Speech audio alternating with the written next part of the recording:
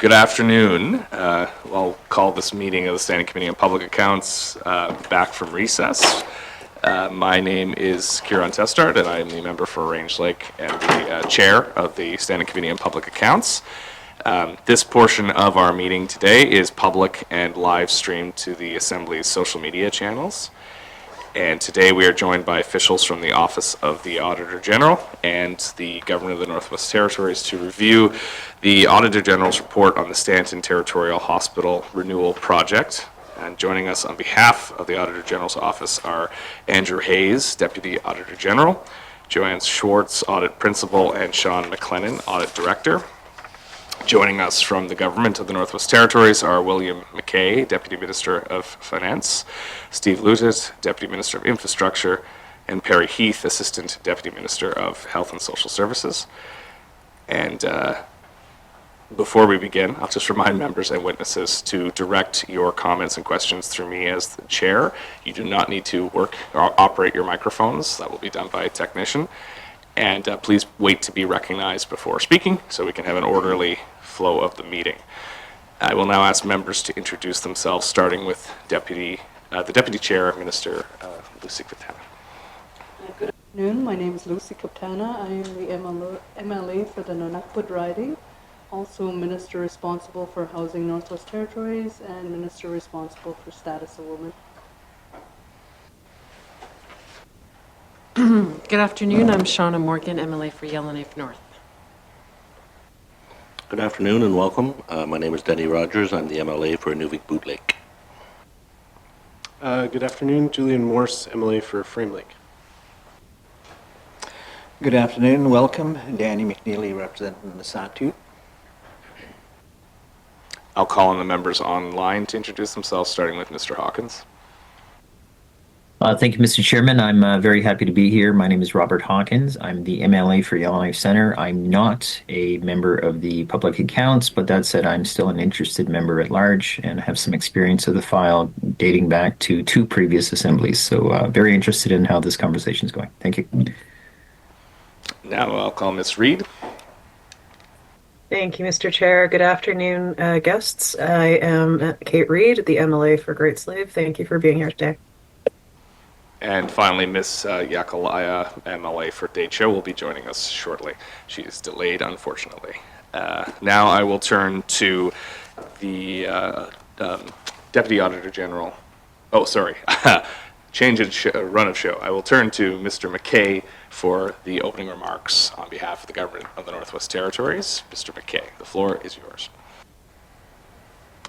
Thank you, Mr. Chair. I'm here today at the request of the Standing Committee to present and answer questions with respect to the report of the Auditor General to the Northwest Territories Legislative Assembly on the Stanton Territorial Hospital Renewal Project and the Government of Northwest Territories draft implementation plan in response to that audit's findings. The Stanton Renewal Project was an incredibly significant undertaking for the GNWT, and it remains the largest single investment we have ever made in our infrastructure portfolio. The audit focused on the use of the public-private partnership financing approach for the hospital's construction and made several recommendations to the GNWT to improve processes and procedures. The GNWT has considered the recommendations and has prepared a draft implementation plan for the Standing Committee's review and input. To begin, I would note that since the time the Stanton Renewal Project concluded, there have been several changes to both the GNWT procurement processes as well as our record-keeping procedures that align with the recommendations that the Office of the Auditor General made. For example, the GNWT has implemented a centralized model of procurement housed in the Department of Finance called Procurement Shared Services. It has improved internal controls and expertise and offers better transparency, consistency, and accountability. We have also established a Procurement Procedures Committee that has been addressing procurement-related issues for a number of years. Additionally, the GNWT commissioned a procurement review in the 19th Assembly and has acted on those recommendations. Accordingly, we have made many procedural and policy changes to procurement that continue today.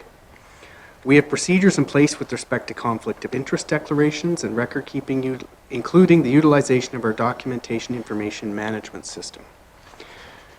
We also have recently introduced tracking of businesses, the business incentive policy, consistent with including strengthening performance measures under that policy for local and NWT content through the newly implemented vendor performance management policy.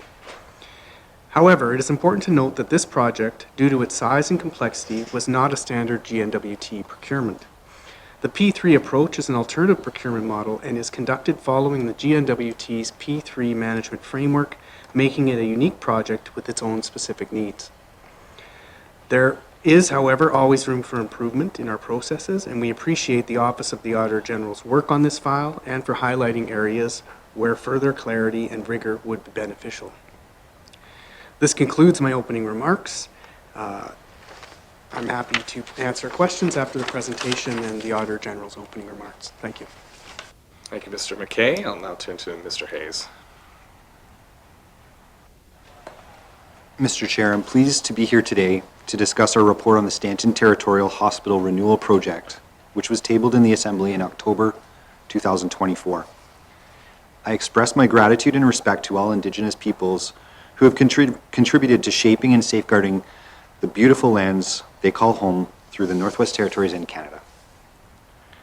In this audit, we wanted to know whether the Departments of Finance, Infrastructure, and Health and Social Services, as well as the Northwest Territories Health and Social Services Authority, delivered on their responsibilities and commitments for the renewal project. This included whether the project, which was a public-private partnership, provided good value for money for the government and residents of the Northwest Territories. Under a public-private partnership, which is also often referred to as a P3, government organizations partner with private sector companies to deliver goods or services while sharing resources, risks, and benefits. Overall, the departments and the authority could not show how the hospital renewal project as a P3 delivered good value for money for the residents of the Northwest Territories. In our view, this was due to three failures. First, decisions that significantly changed the project's scope over time were not based on evidence or analysis. Second, key costs were not considered or were underestimated when planning the project. And third, there was little evidence to show whether the project provided the expected economic benefits to local and northern businesses. When the government first approved the project, it was only for the renovation and expansion of the existing hospital building. Based on this project scope, the government approved a P3 procurement process.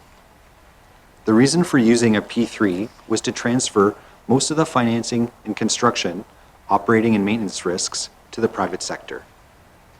The winning bid, accepted by the government, significantly changed the project scope. Instead of a renovation and expansion, the project now included building a new hospital and renovating the existing hospital to lease it out.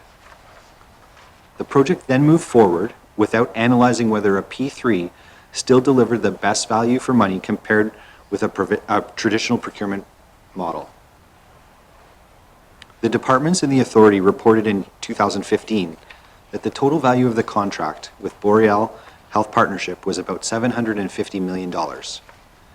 We estimated that as of June 2023, the project's actual and projected costs over its 30-year life were in the range of $1.21 billion, which was a 62% increase. The difference is because property taxes for the new hospital were not factored in, operating costs for services in the new hospital were underestimated, and leasing costs for the existing hospital building were later added. With the revised project scope, the Department of Infrastructure conducted a value for money analysis relating to leasing the existing hospital building to a third-party developer for 30 years. At the time, the departments and the authority believed a lease had the potential to achieve value for money. However, the government of the Northwest Territories then subleased the building back from the third-party developer without the required approval and without redoing or updating its analysis. As a result, the government became a rent-paying tenant in a building that it owned, with a lease that committed it to paying rent and other fees to a third-party developer for 30 years. This also resulted in the government taking back some of the risks it had intended to transfer using the P3 model. The people of the Northwest Territories and the government will feel the consequences of decisions that were made without proper analysis for decades to come. This project provides many lessons that the government should apply to future large-scale projects to ensure that the government and the residents of the Northwest Territories receive good value for money. Mr. Chair, this concludes my opening statement, and we would be pleased to answer any questions that the committee may have. Thank you. Right, don't have to do that. Thank you, Mr. Hayes. And of course, the role of this committee is to ensure the highest degree of probity and scrutiny over government spending and government performance of areas like this project. So we look forward to the discussion. We're not here to find fault, we're here to find solutions and work collaboratively to implement those solutions. So with that, I will turn to committee members to begin. Oh, sorry, no, we'll begin the presentation. My apologies. Mr. McKay, are you going to lead the presentation? You may proceed. Okay, thank you, Mr. Chair.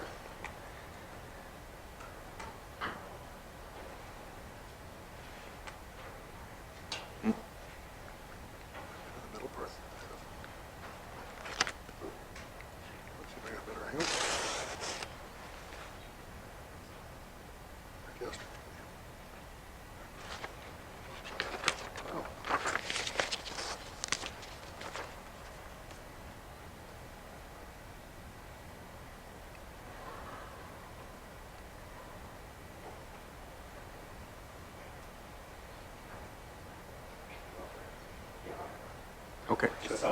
Sure, no problem.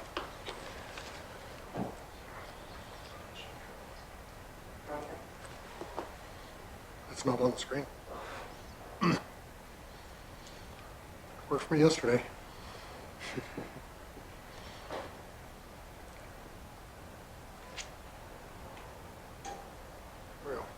All right. Okay, thank you, Mr. Chair, and thank you, committee, for inviting us to make this presentation. So the purpose of the presentation is just to give you an overview of the recommendations that have been made, as well as the GNWT's response to it. As noted in the implementation plan, we agree with 7 of the recommendation and disagreed with 1. And that one disagreement is really on the issue of whether whether these 2 projects should be combined into one project for the purpose of the audit. Means our point of view is that these are separate projects. So because of that, the overall dollar value being reported is inconsistent with how we believe it should be reported.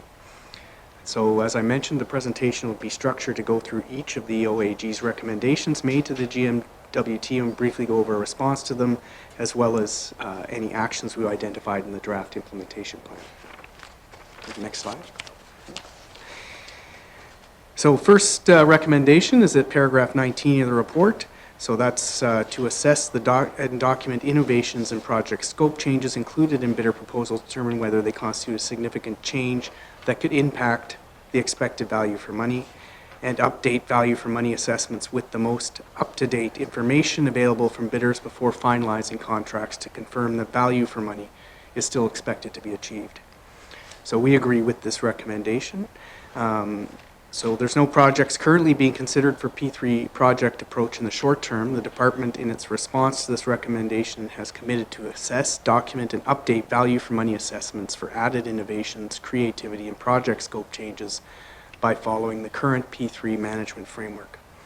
We've proposed that the P3 management framework be updated to require an updated value for money assessment for significant innovations and/or changes to project scope. I'd also note that within our implementation plan, we had proposed that this updating to the P3 management framework be completed by December of 2027, and that's in conjunction with planned work on the framework and a planned review of the framework. But I'd also note to committee that there are no future P3 projects on the horizon, so we expect that timeline to be acceptable. However, if P3 projects do come on the horizon, we can move that up if it becomes necessary.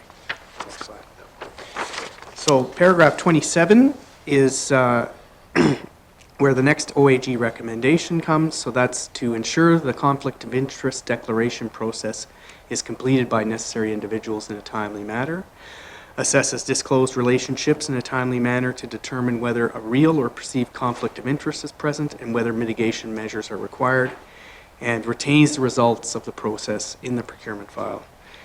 Again, we agree with this recommendation, and we've noted in our implementation plan that no further actions are required stemming from this recommendation, as we have procedures in place. Our current conflict of interest declaration allows processes aligned with the OAG's recommendation, and documentation is saved now within the GNWT's document filing system, also known as DIMS. And currently, all proposal evaluation committee members are required to complete evaluation workbooks for each proposal prior to engaging in the evaluation process. And these workbooks include conflict of interest declarations. The workbooks are all then saved in the document filing system. All procurement files are now subject to audit by the contract administrator in the Procurement Shared Services Division, and this ensures completeness prior to finalization of the file. So this includes confirmation that all evaluation workbooks have been saved in DIMS. So, Mr. Chair, on to paragraph 28, which is the next OAG recommendation. The OAG recommends for future procurement processes should document interactions with bidders. We should be documenting interactions with bidders and ensure they're provided with equal access to consistent information. We do agree with this recommendation. It's a procurement best practice. We've noted in our response the GNWT's current procurement practices are aligned with this recommendation. Section 2.6.5 of the procurement guidelines outline that one contact person through procurement shared services will be the sole contact between bidders and governments, and stipulates that all contact with proponents should be formal, documented, and handled by the PSS contract administrator. Additionally, the department's procurement guidelines address communication and documentation of pre-tender and proposal meetings in section 2.3.5. And the GNWT has had these specific guidelines in place for a number of years prior to the start of this audit, which are considered, as I mentioned, best practice in procurement. So all of our operational procedures are aligned with the OAG's recommendation. We also have the document filing system, and that will ensure that those conflict of interest forms are kept so that we can get them for audits, as we weren't able to this time. And our current, and we have identified no further actions required for this recommendation. Paragraph 37 of the report contains the OAG recommendation that the government update value for money analysis as arrangements change to determine whether the arrangement maximizes public benefits. For facility replacements, evaluate whether repurposing the existing capital assets to deliver other services provides value for money. We agree with the OAG's recommendation, and in response, as previously identified, we're going to update the P3 management framework. And we have a target date for that of December 2027.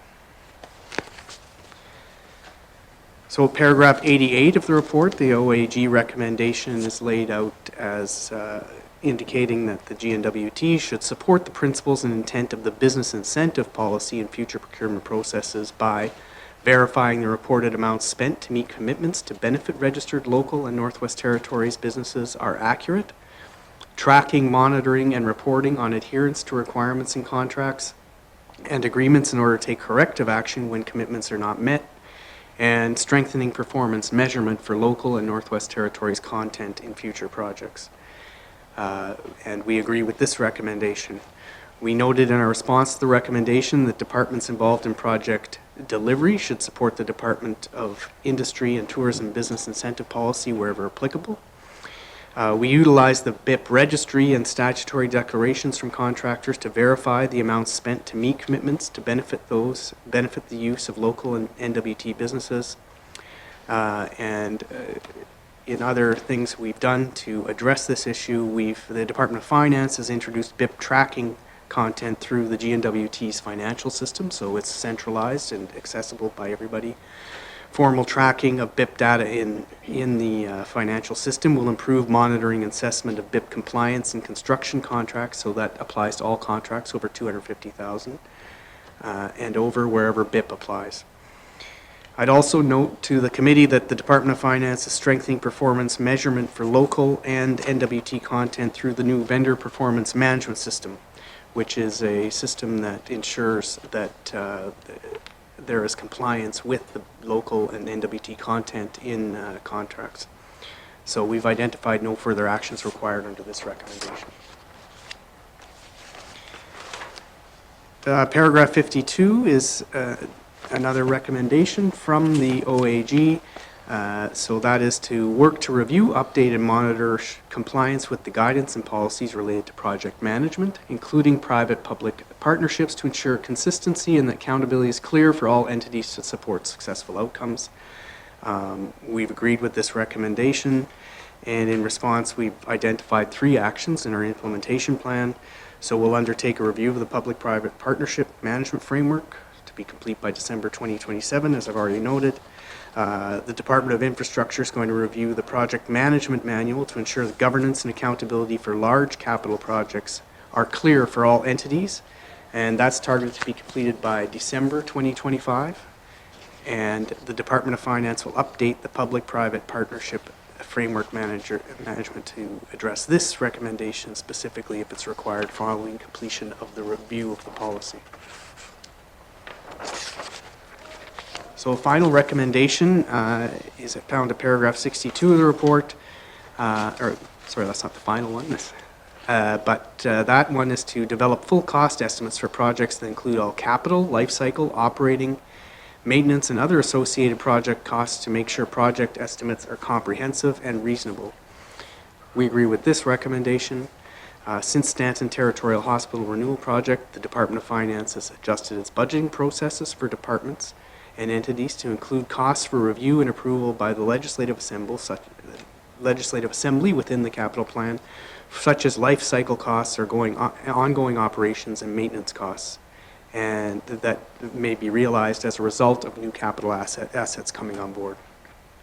Also, the Department of Finance, in consultation with departments, is going to update the capital planning handbook with respect to the development of project cost estimates to ensure appropriate guidance is in place for departments to include all reasonable cost estimates, including capital costs, life cycle, operating and maintenance costs, and that's targeted to be complete by April of 2025. And then the final recommendations at paragraph 63, and that is that the government should publicly report detailed and complete project costs for the Stanton Territorial Hospital Renewal Project that supplement the reporting of the public accounts of the Government of the Northwest Territories. This reporting should include costs related to the legacy hospital building leasing arrangement over a 30-year term of the project, and providing updates to total project costs when there are significant changes during the term of the project, such as for increased property taxes and operating expenses. We agree with this recommendation. As we noted in our response, we disagreed with this recommendation. As we noted in our response, the Department of Finance considers the leasing costs related to the legacy hospital building over the 30-year term of the project to be separate from the public-private partnership Stanton Territorial Hospital Renewal Project, and these are 2 distinct projects. Additionally, the legacy project does not qualify to be reported as a P3. The department will maintain its current practice when reporting for the renewal project like any other capital project in the capital estimates, where applicable in the future, and in the public accounts. So, as such, we've identified that no further actions are required from this recommendation. So, Mr. Chair, that's the end of my presentation. Thank you for allowing the time for that, and we're prepared to take any questions. Thank you. Thank you. Thank you, Mr. McKay. Committee, I'll now turn to you for questions of our witnesses. Please keep your questions focused on the subject of the audit. And keep in mind, we are speaking to public servants and not to politicians. And, welcome anyone from the floor. Yes, Ms. Morgan. Thank you, Mr. Chair. We have some significant music happening in the background. It's a bit distracting. We have an RCMP ceremony downstairs. So my my first question here, so the recommendation that you've disagreed with, the recommendation being that detailed and complete project costs for the renewal of the sort of Stanton Legacy building, the old Stanton Hospital, should be, reported and transparent and public, and the government's rationale is that those kinds of detailed reports and costs don't need to be made public because it wasn't really part of the P3. However, I noticed in the government's own press release from May 2018, when it was announcing the lease agreement for the redeveloped old Stanton Hospital, that in the government's own press release, it specifically described that the Stanton Territorial Hospital Renewal Project is a P3, and it includes GNWT Boreal Health Partnerships and Stanton Ventura. And the P3 agreement allows for the option of redeveloping the legacy building. So my question is, at what point in the last 6 years did you change your mind and decide that in fact the redevelopment of the legacy building was not part of this P3, since it seems clear that that was the government's position in 2018? Thank you. Mr. McKay, or you're prepared to speak to this? Yes, Mr. I could start, Mr. Chair, and then I might ask some of my colleagues to add some information. My understanding of the date was 2018, the date of this press release. So anyway, I don't know of the date that we changed, that we decided, but the interpretation that the government took of the public sector accounting standards was that the Stanton Legacy project was a separate project from the P3 because the structure of that project was not structured as a P3 in a P3 way, so it didn't allow under the public sector accounting standards us to categorize it as such. We have given some of the costs of the project, so it's not saying we couldn't make the costs public, but some of those costs cannot be made public for various reasons in terms of keeping commercial relationships confidential. But I might turn it over to my colleague, Mr. Loutitt, to give you some more information about that. Thank you. Mr. Loutitt. Thank you, Mr. Chair. Deputy Minister McKay is correct. We like with all of our leases, we can't give out that information. It's proprietary between us and the landlord. However, the decision was made as part of the initial, the building was turned over, and it was basically created a shell and for potentially for whatever leases it is, and we have our leasing partner in that situation. At that time, a decision was made after that. I don't have the date handy with me, but the decision was made after that that we required the space and we had the needs for it, and as such, it is a separate project because we looked at like with any building that we lease for the Government of Northwest Territories, there's leasehold improvements that we have to pay for that we're to fit it up to the way we need to meet our needs. That's been done, and that's why we went. That's why that route was chosen. Thank you, Mr. Chair. Thank you. And just to clarify, who owns the asset? We ultimately the GNWT owns it after 30 years. It's a 30-year operation. As part of the original agreement, it was meant to. We turned it over to the company that had the ability and that was working on the larger project because they had the ability to do hazardous waste and the abatement and other things. And obviously, this is specialized work to decommission a hospital of this magnitude. So that decision was made. But after 30 years, the project will be turned back over. The building will be turned back over to the Government of those territories. Thank you, Mr. Chair. Thank you. Thank you, Ms. Morgan. Thank you, Mr. Chair. So can you clarify, is it the government's position that Stanton Ventura Inc. was never part of the P3 partnership, or that it ceased to be part of the P3 partnership at some point? Can you clarify? Thank you. Thank you. Mr. Loutitt. Thank you, Mr. Chair. The leasehold improvements and the lease itself is not part of the agreement. There is the benefit for the Government of Northwest Territories that we, as a revenue share in the head lease, we receive about a 30% reduction in our leasing costs that we would receive below market value. And it allowed us to take some leases from within other places and consolidate it into more of a community of care for the residents of the Northwest Territories. And as such, it's working out quite well. Thank you, Mr. Chair. Thank you. Ms. Morgan? Thank you, Mr. Chair. Well, I mean, if the lease arrangements with Stanton Ventura are working out quite well, I'm sure the public would love to have more details to see what are the benefits to the public, because it's really not clear at this point what is the benefit of us leasing our own building to a company to then lease it right back and to be losing, to the tune of $78 million in that interaction. But if there are other benefits we're not seeing, I'm sure we would all love to have the detailed cost breakdown to see where is the value added and where are those benefits, leading back to the OAG's recommendation of asking for those detailed cost breakdowns to be made public and transparent. Can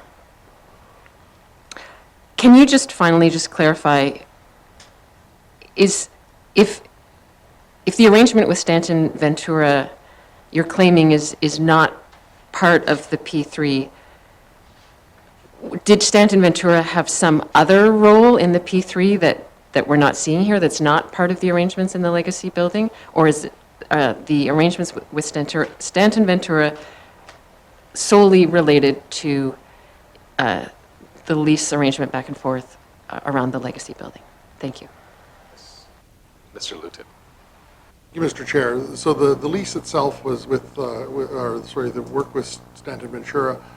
We turned the building over to Stanton Ventura as part of the larger project. The difference in the project became when the department or when the government required space. It was a separate decision, and no matter where we locate any building, whether it's privately owned, commercially owned, or anything, we do leasehold improvements that are at the cost of the tenant, and same as any other organization, and those are the difference. I think that when I talk about the benefits of the project and everything, it's it's a fantastic facility. It's nearby for getting being able to access doctors, being able to access the hospital, and the hospital itself having private rooms and everything. There's a huge benefit to the residents of Northwest Territories. So thank you, Mr. Chair. Thank you, Mr. Loutitt. And of course, I don't think anyone is questioning the benefit of these facilities. It's whether or not it's good value for money. And that's the heart of this audit in the first place. Before I go to Mr. McNeely, Mr. Hayes, your office made this recommendation that the government's disagreed with. Can you speak to the accounting treatment of P3s and why there's a difference of opinion in this case? Mr. Hayes. Thank you. Yes, our office, both from the perspective of this performance audit, but also the financial audit work that we do, has determined that according to Public Sector Accounting Board standards, that this should be accounted for as a P3. And when I say this, I mean both the new hospital, but also the legacy hospital. So that's the root of the disagreement. The recommendation that we made is that there should be the costs writ large of this project captured and transparently reported to residents of the Northwest Territories. From our perspective, everything that happened with the new hospital and with the legacy hospital has its roots in the P3 agreement that the government of the Northwest Territories signed with Boreal. And the lease agreement that followed on was contemplated as part of that P3 agreement. Everything has its origins in the P3. Thank you, Mr. Hayes. Mr. McNeely, you have the floor. Thank you, Mr. Chair. This review and this audit that we're doing now, is it being or going to be underway to improve the existing P3 policy? And given the fact that we have a policy that was done after previous projects, but we do have an existing policy. Now, learning from the construction of this project only makes sense that we improve the policy for further projects. So my question is, is the current P3 policy being upgraded? Thank you. Thank you, Mr. McNeely and Mr. McKay. Thank you, Mr. Chair. Thank the member for the question. Yes, we are taking the recommendations with us, and in our implementation plan, we have indicated that we will be upgrading or reviewing the P3 management policy and part of that will be to implement some of the recommendations that are in this report. We've stated that the timeline for that is scheduled for December 2027. Auditor General has expressed some concern with that, and we're willing to talk about what the deadline should be, but I would note there aren't any P3 projects currently planned, so we think that timeline is acceptable from our point of view, but we're willing to move it up if we need to because there's a new P3 project or the committee asks for that as well. Thank you. Mr. McNeely. Thank you, Mr. Chair. It seems to me that this upgrading the current P3 policy is actually separate from this review. So to put a deadline of completing the current policy in place to a deadline of December 2027 just seems far beyond what can be done a lot sooner. So my question is that the remodeling or updating the current P3 policy, could that be done, say, within 12 months? If so, can that be shared? Thank you. Mr. McKay. Thank you, Mr. Chair. I don't know if it could be done within 12 months. The date was selected just based on the people that are responsible for renewing it, their workload and the time they have, as well as the fact that there were no P3 projects on the horizon, so they thought that timeline would work. But I can, as I said, respond to committee with if committee has a desire to have a shorter timeline, we can look into that and respond to committee appropriately. Thank you. Thank you, Mr. McKay. You mentioned that if there was a P3 project that emerged, that the policy would be brought forward. So is it the policy of the department now that no P3s will move forward until the framework is updated? Mr. McKay? That's not our, we don't have that policy, but that's our thinking is that if we were to undertake a new P3 policy, it should take into account the recommendations of this report. So whether we update the management framework or not, but I think we would still undertake to take on these recommendations in any future P3 projects. Thank you, Mr. McNeely. Yes, thank you, Mr. Chair, and thanks for the response. I just want to base the factual moving forward on efficiencies. If we can learn from our mistakes and learn from what should be better, we can certainly benefit our policies. And my next question is on the total costs. We have the budgetary costs, the expected budget, and the actuals that came in, which was 62% increase for a term of 30 years. So we have those, excuse me, we have those numbers, but what my understanding is still outstanding to actually give you the total interest and project costs is the Ventura outstanding bills that my understanding is not completed yet. Thank you, Mr. Chair.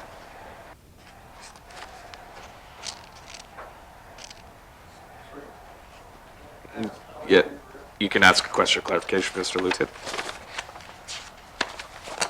Chair, can I have that question asked again? I'm not quite. Can I? Yeah. Okay, go ahead.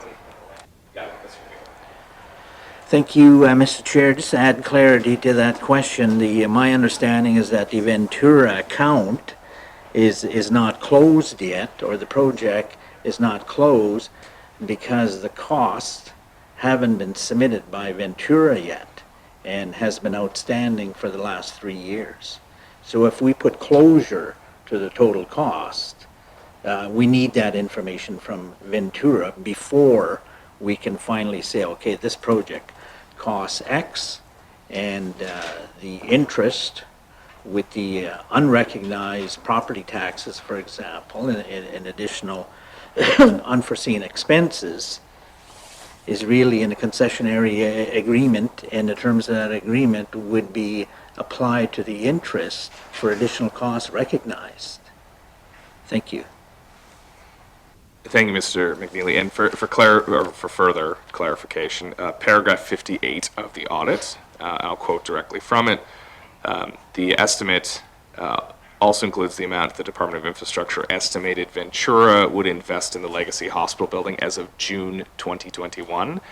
The Department of Infrastructure did not confirm whether Ventura's total investment had changed since the end of June 2021. In the event this amount increases, so too will the total costs of the leasing arrangement to the government. This is because the investment impacts the amount of shared rental revenue the government will receive. Is that the timeline you were speaking to, or the information you were speaking to, Mr. McNeely? Yes, Mr. Chair. Okay. Thank you, Mr. Loutitt. You may respond. Chair, so we have reported on the capital costs for the project, but we haven't, the only thing we haven't released is the lease rates, as I noted, like every lease we hold is confidential because it's proprietary information. So, thank you, Mr. Speaker. Thank you, Mr. Loutitt. Mr. McNeely, just because this is a direct response, I'll let you respond, and then we'll move to the next member. So, Mr. McNeely, go ahead. Yes, thanks, Mr. Chair, and thanks for that information there. If it's specific to the lease, well, that really wasn't the intent of my question. I just wanted clarity if there's additional contractual expenses that Ventura never submitted yet, and I think everybody wants to know, including myself, actually what was the cost of this project.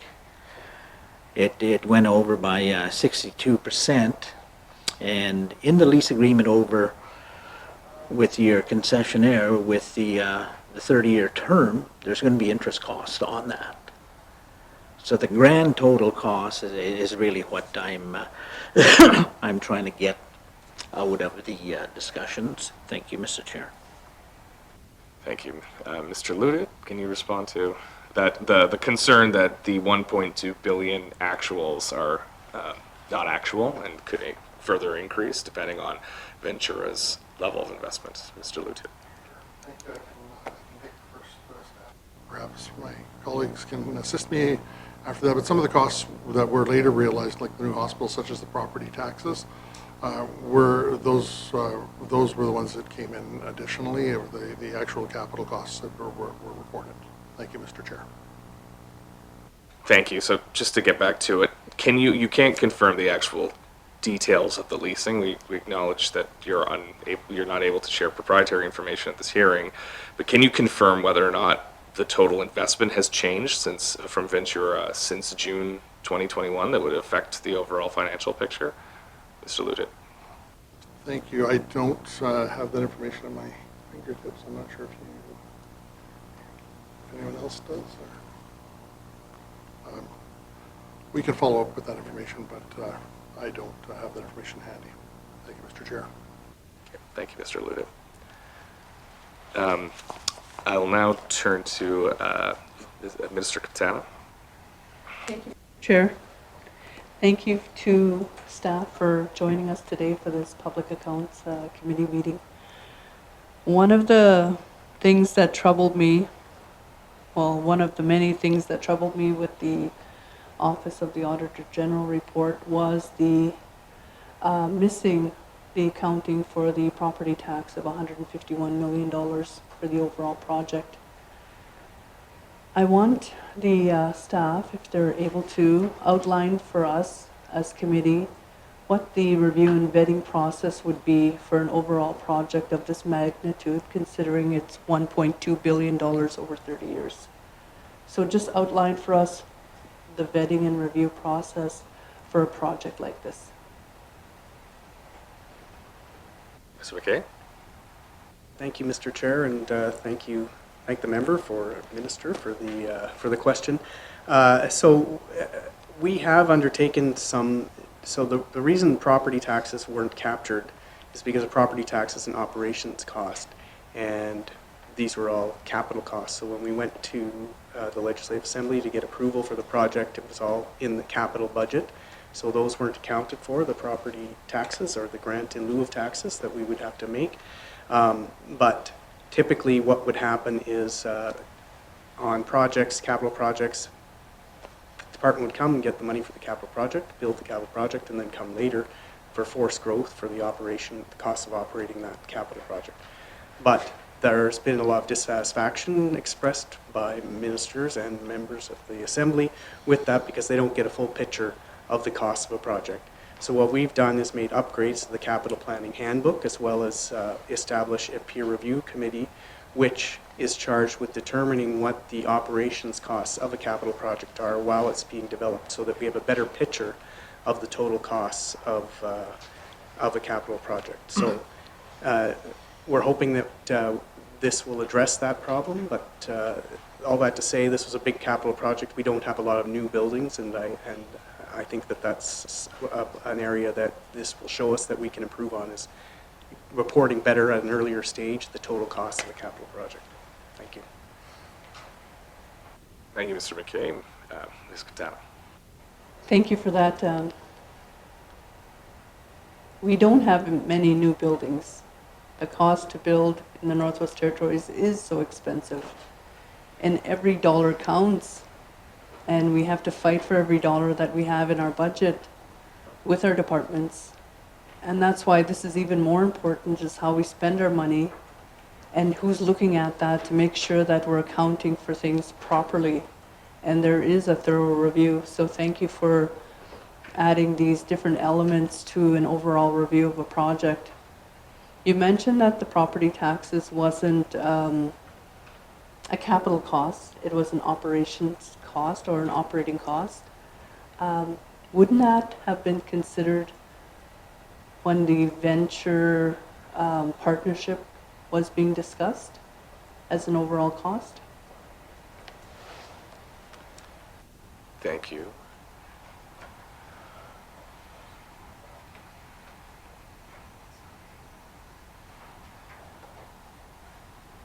Or another way to put it would be, when should that be assessed as part of the estimate process on your end? Is that Loutitt? Yep.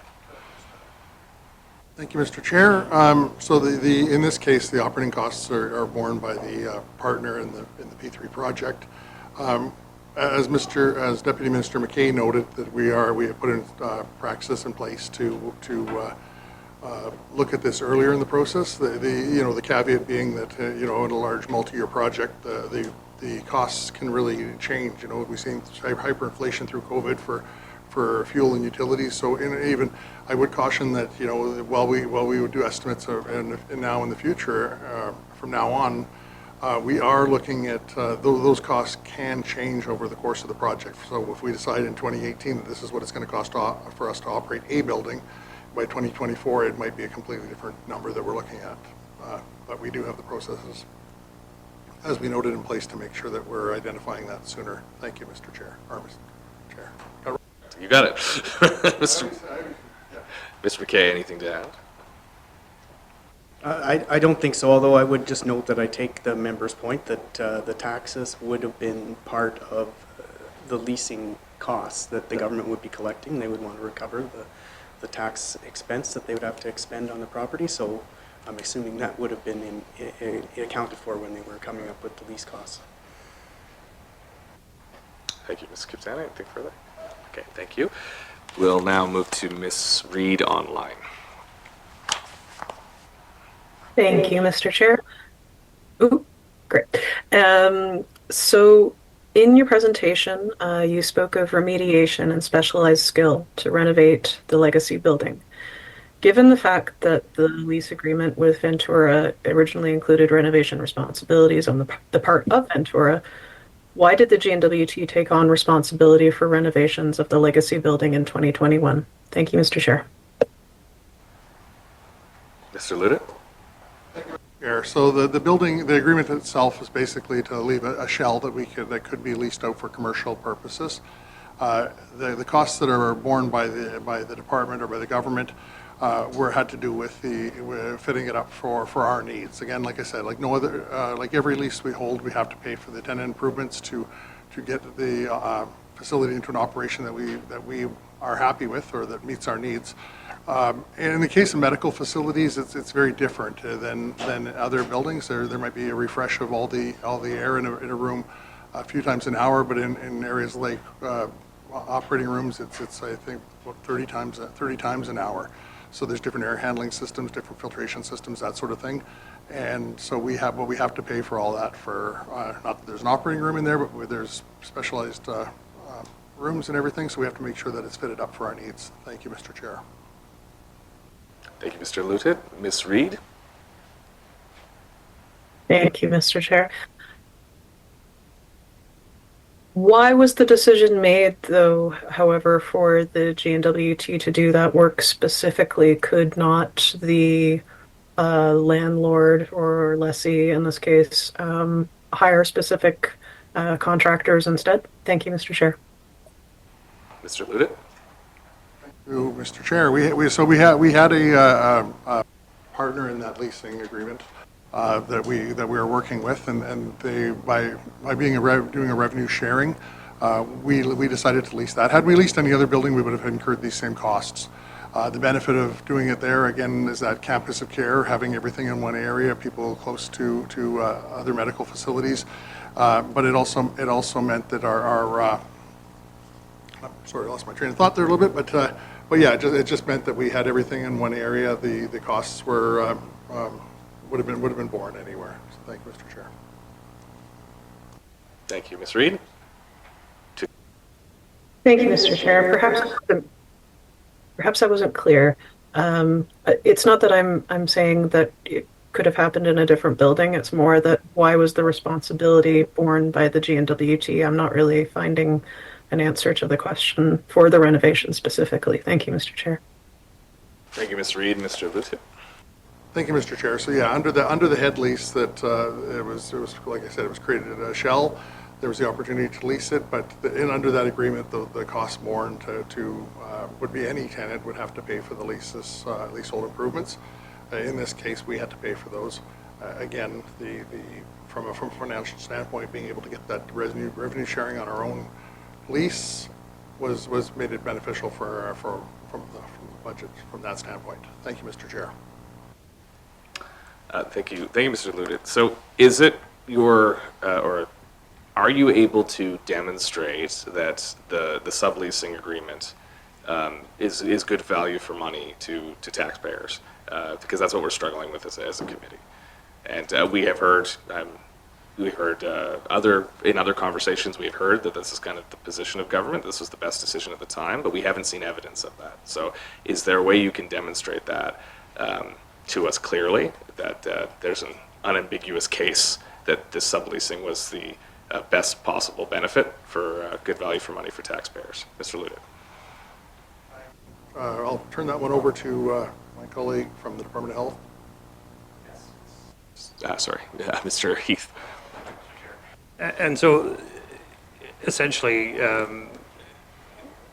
from the Department of Health and Social Services perspective, the opportunity presented to us was that we would secure these leases, again within the guise of confidentiality, of the commercial confidentiality of it, that we would pursue a lease in the order of magnitude to 30% less than what market rates would be, and which at that time was determined as a good decision to make. Thank you, Mr. Chair. Thank you, Mr. Heath. So just to close kind of the discussion, I will turn to Mr. Hayes. Just same question. Over the course of your audit, you've raised this as an issue, and you've heard the response today. But has your office seen evidence of good value for money on this subleasing issue? Because your audit language is very strong, that you were unable to ascertain that from the evidence available. Mr. Hayes. Thank you. I will raise a few points here. In 2014, or as early as 2014, the government knew that they needed additional space for health services. When the agreements to lease were signed, we raised in our audit report the concerns that we had about the lack of value for money analysis. taking that first lease agreement in 2016, we highlighted the fact that it was missing analysis on other options, including retaining that building that it owns, not leasing it, and using it for government purposes. Likewise, when there was a sublease, which I have referred to in plain language as the government leasing back a building that it owns, we did not see any analysis to show that that was a good value for money decision. Put simply, we have concerns with the decisions that have been made to pull back some of the expectations on Ventura. The renovations that Ventura should be doing to that building, which are contemplated in our audit report, are now being done by the government. And I think one of the members asked questions around that. That's part of the value that was supposed to be achieved through a P3, that transfer of responsibilities and risks. So ultimately, we did not see the analysis necessary to show value for money here. And I accept and will obviously acknowledge the fact that there is a hospital premises that's new, that's providing value to the residents of the government, or the residents of Northwest Territories. Likewise, the existing hospital building is being used, but is it costing the residents of the Northwest Territories more than it should? In our view, it is. Thank you. Thank you, Mr. Hayes. Mr. Rogers, you have the floor. Thank you, Mr. Chair. And certainly, I mean, we're here today to look at transparency, to ensure that there's, that what has been done with public funds is certainly something that the public can have access to. And I think, and as Mr. Chair said at the beginning of the meeting, that's why we're here.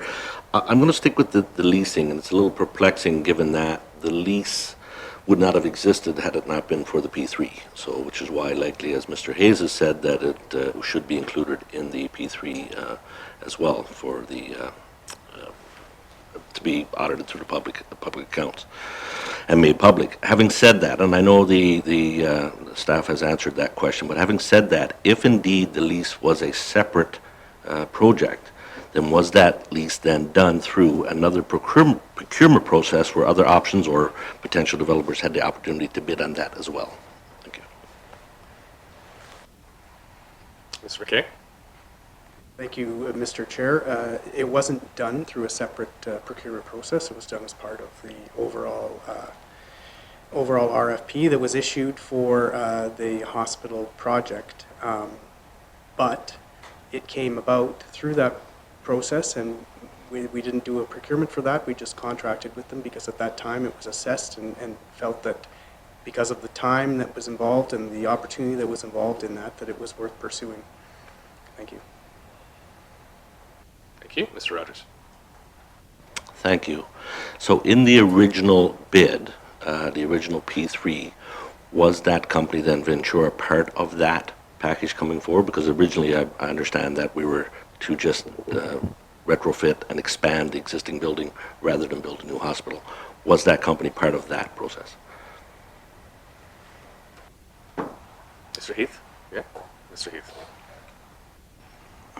Thank you, Mr. Chair. We should add some clarity to the work. As a part of the original P3 contract, it talks about in the audit, the lease was signed on the same day as the agreement. They were included as a part of that.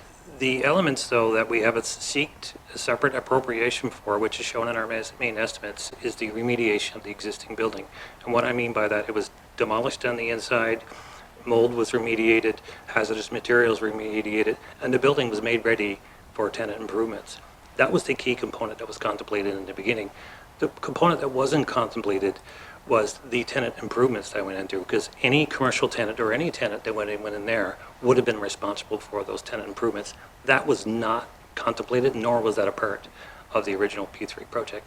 The tenant improvements for health services, long-term care, the primary care component was not signed as a part of that agreement. Thank you, Mr. Chair. Thank you, Mr. Heath. Mr. Rogers. Thank you. Okay, so we decided then that we'd have an empty building, but in paragraph 35 of the OAG's report, it does state that in 2014, the Department of Health and Social Services knew that they required space. So I guess my question would be then, you know, if GNWT was aware that they needed the space, why was there not, I guess, an analysis done and completed to simply move into that building and use it rather than to lease it and then lease it back, and also then perform the renovations in there, which of course downloads some of that cost and certainly risk back from the P3, the intended P3, back to the government. Thank you. Thank you, Mr. Rogers. Mr. Heath? Thank you, Mr. Chair. So as far back as 2005, when the original planning for this project had started, and in some instances it even starts all the way back to 1988 when the other building was opened, there was a discussion around the importance of not combining primary care services with tertiary services. And Deputy Loutitt spoke about this earlier. There's a significant difference between the mechanical accommodation required in a hospital, i.e. a tertiary hospital that has an operating room, an ICU, and the mechanical systems that are required to separate that, to operate that. It's long been our practice that where possible, we do not combine what we describe as primary care, i.e. something that you would see in a downtown clinic, with tertiary care. The reasons for that is if you combine a primary care facility with a tertiary facility, the overall complications around the higher level of care and higher standard of construction subsequently apply to the other space. So we've identified early in the planning, as far back as 2025, where possible, spaces that did not require the same level of air handling accommodation as tertiary care were to be located in the space. There was an analysis done way back in 2005 and was understood as one of the key planning parameters of the project, that anywhere possible, spaces that don't require the same accommodation as a tertiary hospital should be located off-site or outside of the existing hospital in a building where we can achieve economies of scale in terms of lease and leasing that space. As such, in the RFP, it was actually articulated that there was a provision for the successful proponent to do tenant improvements for the rehab, because rehab did not need the same mechanical accommodations as tertiary. And so that impetus and that understanding was articulated in the report. If they had renovated the existing hospital in the way that was initially articulated, they would have indeed also had to do tenant improvements for rehab in a leased building. So that was contemplated from that perspective. Thank you, Mr. Chair. Thank you, Mr. Rogers. If you want to try to conclude, we can come back to you, but you have the floor for now. Thank you. Yeah, I'll conclude. I have another couple of topics, but I'll certainly. So when the decision was made to renovate, lease the space back, was there an analysis done, I guess is what I'm asking, to say, prior to that, I guess, to say, if we need this space for the health and social services, why wouldn't we just utilize our own space versus leasing it to a third party and then renting our own building back, and then on top of that, paying the cost to do that and taking some of that risk on, which again goes, why was that analysis not done, or was that analysis done, I guess? Thank you. Mr. Heath? Thank you, Mr. Chair. So you can pay careful attention to the knowledge in the report where the OAG says evidence wasn't provided, and evidence is in the form of a signed document, a business study that was signed off. There was analysis done, intuitive analysis work, and in all fairness, there was multiple departments, and again, to be frank, I have to acknowledge I wasn't present at every table.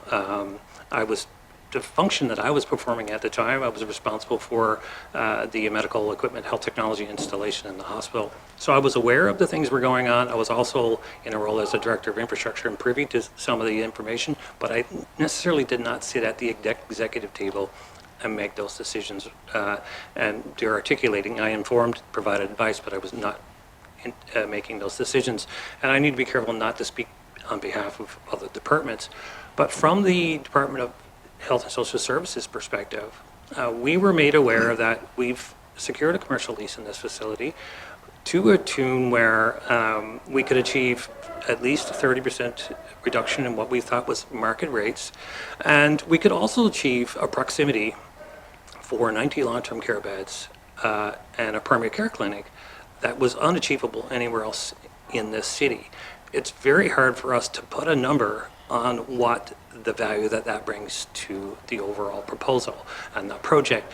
One can argue that building a building of that size, scale, and magnitude is likely impossible anywhere else in this city, certainly with the level of adjacency that we had. So what I read into the OAG's report is we did not provide evidence of that. In all fairness, the evidence of the proximity and the value that completing the campus of care with additional long-term care beds and a primary care clinic was infinitely difficult for us to quantify into a level that would be sufficient as evidence to the OAG. Thank you, Mr. Chair. Thank you, Mr. Heath.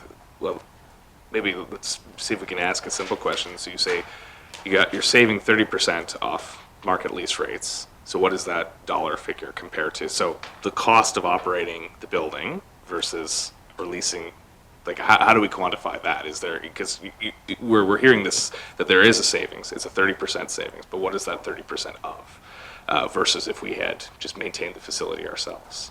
Is there any, has that analysis been done? I don't expect you to have that today if it doesn't exist, but has it been done? Mr. Heath? Thank you, Mr. Chair. So I'm not privy of evidence that would be satisfactory to the OAG that analysis was complete in a way that would be acceptable. Thank you, Mr. Chair. I'll just check in, Mr. Loutitt. You've also mentioned this 30% savings on market leasing. Do you have an actual dollar figure for that, what that represents, Mr. Loutitt? I don't have a dollar figure at hand right now, but obviously if we provided that number, that would probably obviously violate our proprietary information that we have with our landlords. So we don't give that information. Yeah. Mr. Heath, yep. And so what was communicated to me at the time is 30% versus market rate. So there is an assessment. As I'm again trying not to speak on the behalf of infrastructure, but what was communicated to me is the Department of Infrastructure does an assessment of what the market rate is at a given time. It changes from time to time, from year over year, but at the time the information was that the savings would be 30% of that market rate. I would also have to say that from the Department of Health's perspective, the prospect of implementing 90 long-term care beds and a primary care clinic in a building that was already originally intended and designed as a hospital with proximity to the hospital for pennies on the dollar would have cost to build a new building at the time. And we have to take it into context. We've already determined as far back as 2005 that leasing for non-tertiary health services is not a bad idea. And we were given an opportunity to do so at a 30% rate or indication. And the fact that the tenant improvements on the new building that we were responsible for were pennies on the dollar for building a greenfield building in another site that was undeveloped somewhere else in Yellowknife that was simply not available. Thank you, Mr. Chair. No, thank you, Mr. Heath. And look, we appreciate that this is, we're trying to get to the bottom of this and why decisions were made, and we certainly appreciate not everyone at this table are the same people who started this process. In fact, I think none of you are. But I'm just, this is pursuant to Mr. Rogers' question, so if you want another kick at this, I'm just give you one more go. Thank you. No, and listen, I appreciate, as Mr. Chair said, that the people at this table aren't the people that likely were involved in that. But I'm just having, I guess, trouble wrapping my head around it, and maybe it's me. But yes, you're saying that to get a building like that, or to lease it, to get the deal you got in the lease, and to do the tenant improvements versus building a brand new building. But my point is, we still come back that we own the building. So at this point, we had already had it leased to someone else. My question is, before that, the analysis, we had owned the building. So we had a building, we just needed to do the renovations. Why not do it and own it ourselves would be my question. I'm assuming the question that the public would ask, versus leasing to somebody and then leasing and then renting it back from them when it was our building, I guess is what I'm trying to understand. Thank you, Mr. Chair. Is that? Again, I'm going to try to be careful because I was not privy to all those discussions going forward. I was aware that the original decision to lease the building was based on the commercial arrangement and potential revenue for the government of Northwest Territories. And the value that the proponent, as far as I understand, that brought to the table was, as I mentioned previously, the deconstruction, decommissioning, remediation of, in all fairness, this was an operating hospital that had to be decontaminated, decommissioned, and the value brought to that was transforming that building from what it was to a ready state for tenant improvements. The reality is the asset had tons of value, but not in the state that it was in when we moved into the new hospital, because all of those liabilities existed in that building. You can't leave a building that used to be a hospital in its current state indefinitely. If we weren't to use it, if we weren't going to use it as a hospital, it had to be decommissioned. It had to be deconstructed and it had to be remediated because it was indeed a liability for this government. So the value brought to the table was minimizing that liability, us as a government.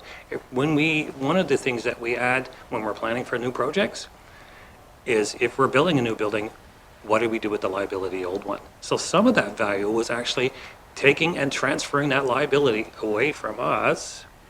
And when we moved in there as the Department of Health, there was those environmental concerns weren't there because it was a vanilla shell, as we can describe. And so from our perspective, and the Department of Health, it was a very easy decision for us to make. One, as I've spoken previously, we had a reduction in lease rate. Two, we had a proximity to that building was unachievable by any other location in this city at any cost. And two, the fact that we did 10 improvements in a building that used to be a hospital provided us value for money in terms of building new spaces at pennies on the dollar of what it could cost for us to do a greenfield development. Thank you, Mr. Chair. Thank you. I think what, just for clarification though, the proponent that decommissioned the hospital was Boreal. The Boreal, that was part of the initial RFP, but the later tenant improvements through Stanton Ventura, those are separate entities, and that was a new condition that came out after the demo took place in the first place. Because what you provided to the committee sounds like it was all kind of one package, and the intention was through. So just if you could clarify that point, Mr. Heath. Not at all. Speaking to the tenant improvements, the GNWT issued a contract for tenant improvements. Thank you, Mr. Chair. Ms. Yakalaya.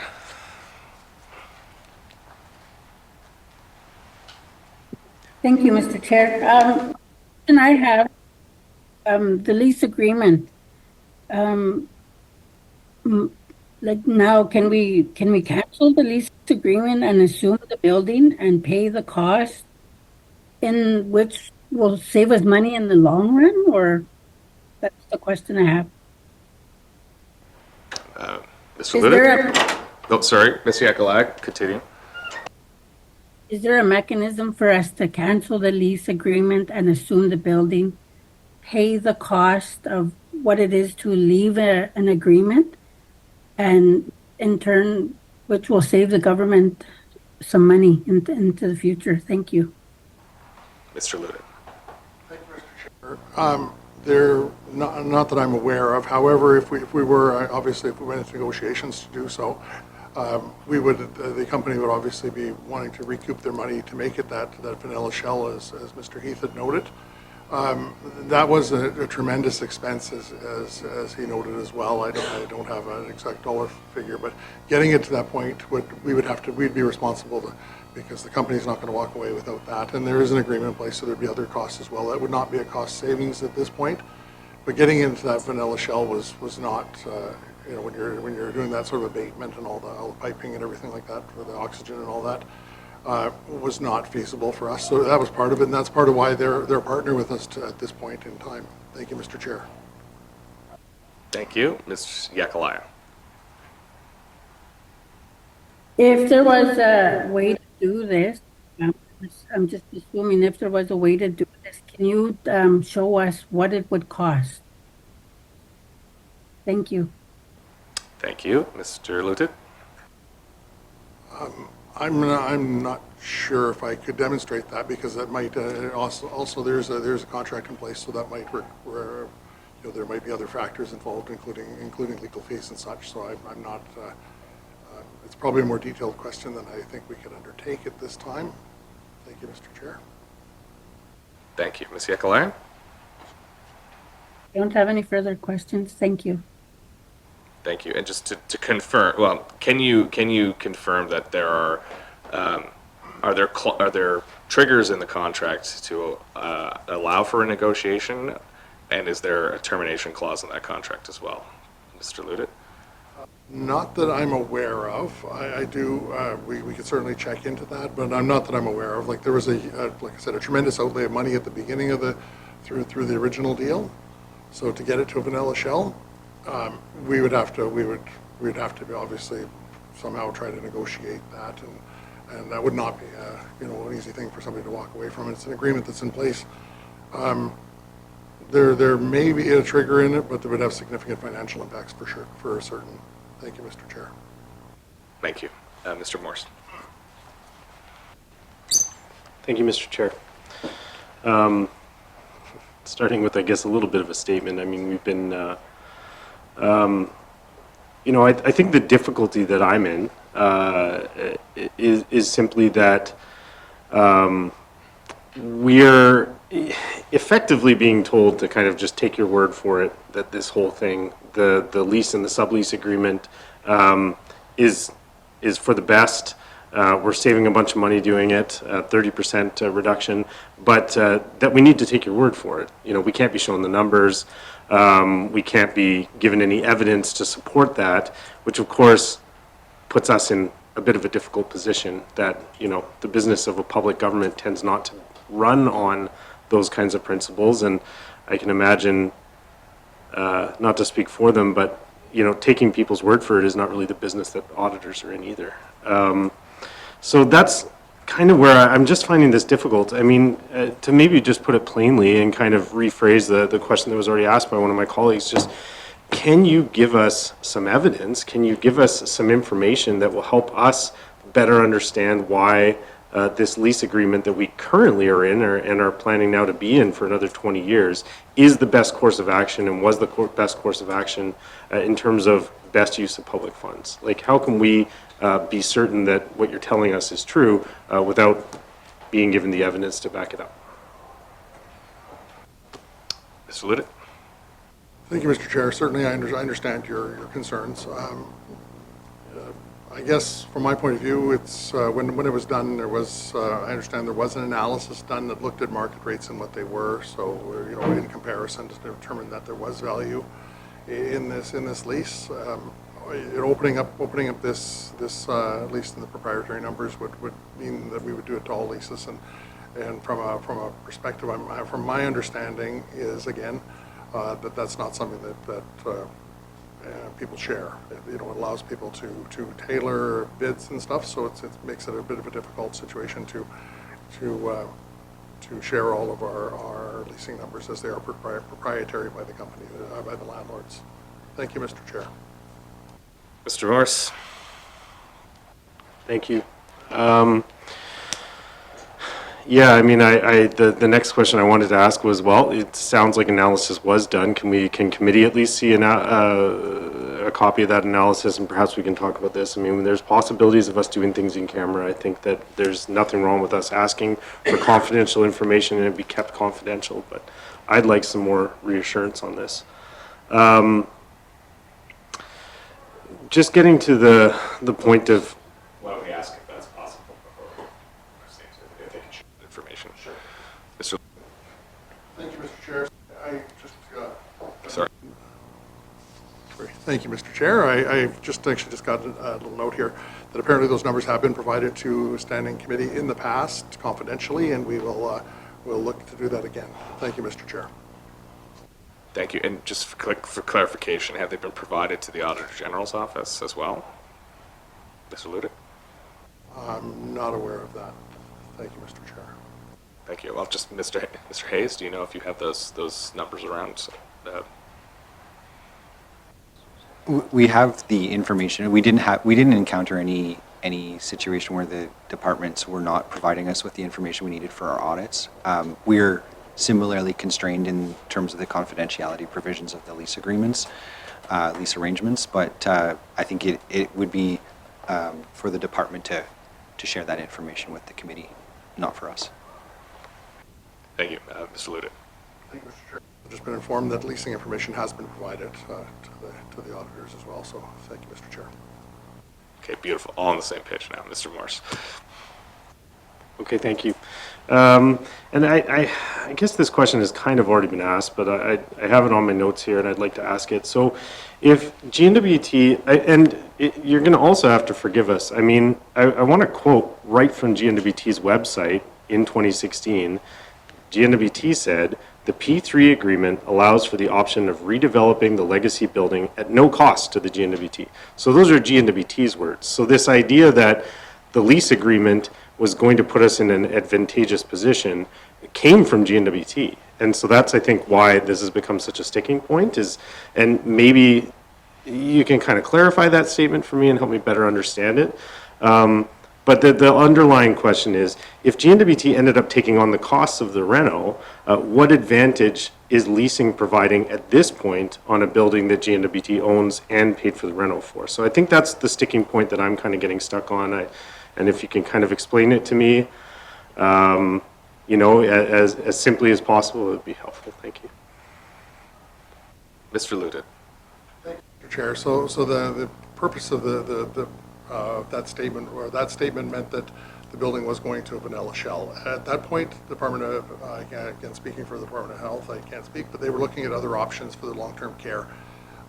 When the opportunity arose and the decision was made to put it there for a number of reasons, the tenant improvements came into play. They would have, had we looked at this at, say, the Blanca building, for example, in the past, those would be costs that we would incur. They wouldn't, and as such, that's why we look at this as a separate project, because had it gone into a different building like the Blanca building, we wouldn't have included it in the P3 analysis. It is a separate project, but it is something that the full tenant improvements were. The renovations itself were included in the cost. The operation is included, but not the tenant improvements in which we paid for. Thank you, Mr. Chair. Thank you, Mr. Loutitt. Committee, just a heads up, we'll take a break at 3 o'clock, but I'll give Mr. Rogers the floor. Thank you. Following along the same lines as Mr. Morris, and I understand, what Mr. Heath has said. Had there been a building, I guess, it's a vanilla shell, as he had said, it's ready to go. This is a great opportunity, and I agree. It certainly, likely, it sounds like it was a great opportunity.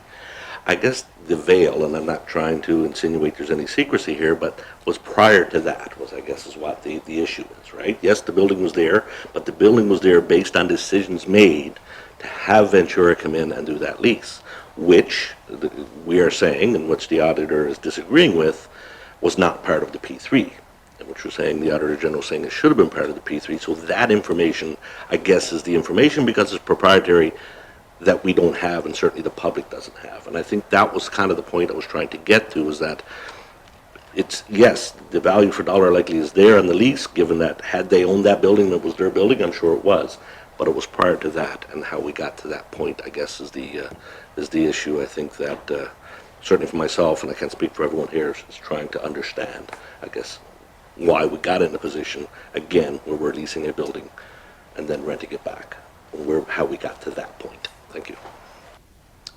Do you want to direct that or would anyone want to take that on? Mr. McKay, yes.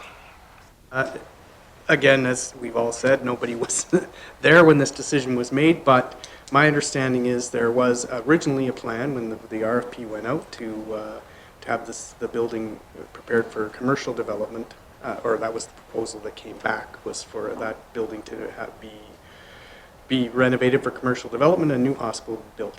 And then sometime along the way, that decision was made, and then sometime along the way, the idea came that the government of the Northwest Territories would see many benefits from renting that building because they needed leasing space. So there were 4 outstanding leases in different areas of the city. They consolidated all those leases into this one building to provide those services from that building, as Mr. Heath said, which was in an advantageous position. Although I recognize I'm not answering the member's question, we weren't able to produce any evidence of that analysis, but just speaking, I can maybe turn it over to Mr. Heath to speak of anything he may have heard about what the analysis was, because there was correspondence and other things that went on. It just wasn't an analysis to the same degree or rigor that was done originally in the business case analysis that was referenced in the OAG report for the original P3. So we weren't able to produce a similar analysis for that decision. Thank you. Mr. Heath, did you want to contribute anything? Yeah. Thank you, Mr. Chair. And so just to back up maybe a little bit, the value for money work was the lens that was, as I understand, was in comparison to traditional procurement, the responsibility. If you look at the way the P3 management framework says, in comparison to that framework, when the Department of Health was presented at the opportunity to move in this space, and again, I'll reiterate some of the things I said previously for clarity, there was huge benefits that were very difficult for us to quantify and put into numbers. And just to reiterate, the proximity of the building, the ability to have those services contained in the same house, the ability to do tenant improvements and the cost per bed cost, pennies on the dollar of what we did if we did a greenfield facility. Those are the benefits we were looking to. Unfortunately, I'm not aware of evidence that preceded that in a form that's acceptable to the OAG that was available to be shared. Mr. Rogers.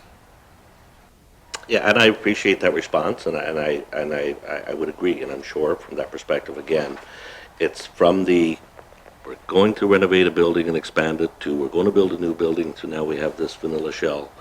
That is the piece, as I said, that likely we can't speak to here, whether we don't have that information. Obviously, we don't have the information on the leases provided for us because that's been disagreed with. And, we don't have the information of what happened between the analysis and decisions between that point and getting to this vanilla shell, which I agree with Mr. Heath, that likely was if they had that building and we were looking for space, it's likely a great deal. But the unfortunate part is we don't know that, because prior to that, it could have been an even better deal of us utilizing our own building and not going down this road. So, thank you. Thank you. I'll take that as a concluding comment then. Yeah, Ms. Morgan, you can start your line of questioning, and if we come back to it after the break, we shall do that. Ms. Morgan. That's great. Thank you, Mr. Chair, because I did want to follow up on this precise line of questioning that we've been on as a committee here. So looking at the timeline laid out by the Auditor General, the remediation agreement was signed with Ventura in 2015 to remove and manage hazardous materials. There was a separate agreement signed in 2016 where the GNWT agreed to lease the building to Ventura for 30 years. I think the discussion so far has left the impression that that was one and the same agreement, that was the deal, but in fact it seems that there were two different steps there. And in fact, it was just the very next year in 2017 that the GNWT signed the lease agreement, or signed the agreement to lease it right back for the 30 years. So my question is, you already had the remediation agreement in 2015 that allowed Ventura to take on some of those risks to remove and manage the hazardous materials. Why in 2016 would someone have thought it's a good idea to lease the building to Ventura for 30 years, especially given that you were going to turn right around almost immediately the very following year and lease it right back? Like, you could have gotten the job done to have this company remove the hazardous materials, take on that risk, and then not entered into that lease with Ventura to give it to them for 30 years. Was there not any indication in 2016 that the GNWT would be needing it and leasing it back a year later? That's what's so hard to believe for us and for the public, and especially when that wasn't necessary as part of the deal to get them to do the decommissioning and remove the hazardous materials. Can you explain why that lease agreement was signed in 2016 that didn't have to do with the management of hazardous materials and decommissioning? Thank you, Mr. Chair. Mr. Heath, you want to give it a shot? Thank you, Mr. Chair. I'm not sure if I have enough information that would qualify as evidence to completely answer that question. I can only speak to from the department's perspective, and the opportunity that was presented to us at the time. In all fairness, we were exploring any and every avenue we could, including talking to Avens about building long-term care beds and such, exploring avenues to do it.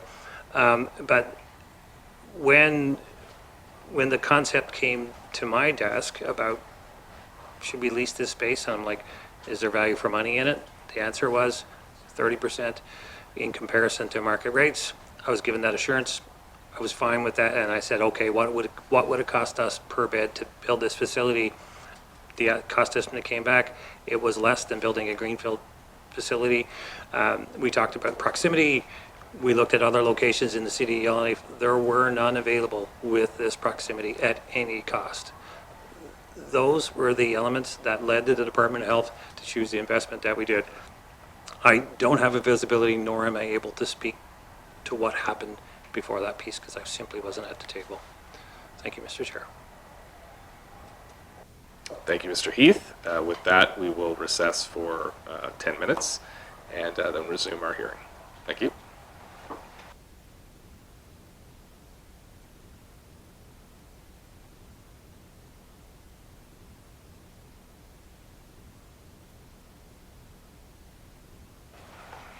I will call the Standing Committee back to order, and we'll continue our questioning on the Stanton P3 audit with Mr. Morse.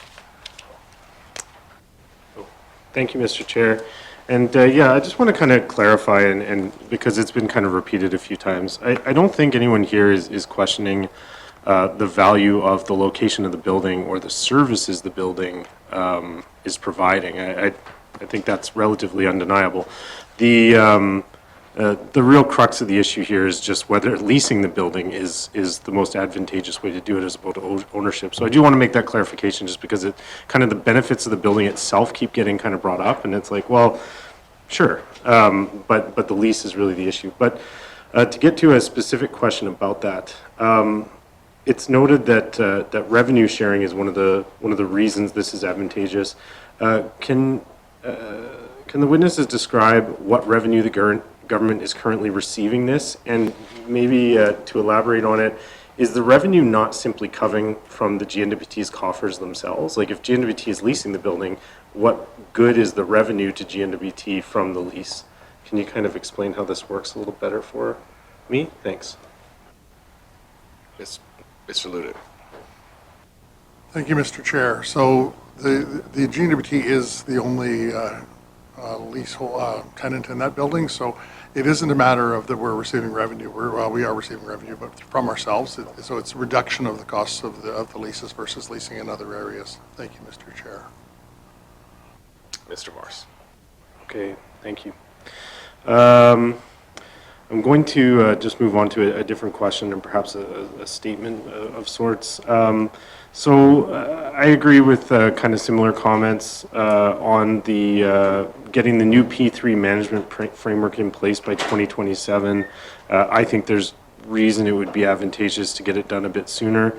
One of them being that I think it's important to emphasize that the lessons learned from this project and lessons learned from how this contract was managed, I do think apply to more than just P3s. I think we've seen a large number of projects which exceed their contracted costs, sometimes by very large amounts, in the past number of years. Inflation is a factor here, but I think there's something to be said for kind of reevaluating projects as costs increase. So I'm wondering if the department could comment on that a bit, lessons that we're learning from this and how it can be applied to other projects as well as P3s. Mr. Loutitt. Thank you, Mr. Chair. So I'll start and I'll hand it over to my colleague, Deputy Minister McKay. So obviously, you know, there's always capacity, and we have to look at prioritizing what work we've got our limited amount of resources doing for these projects, and there's other works going on. It is that work is going to be done I'll let Mr. McKay speak to that. We did prioritize things like the project management, that manual. That one is going to be done this year by Christmas this year, because that one is, we're using that on a regular basis.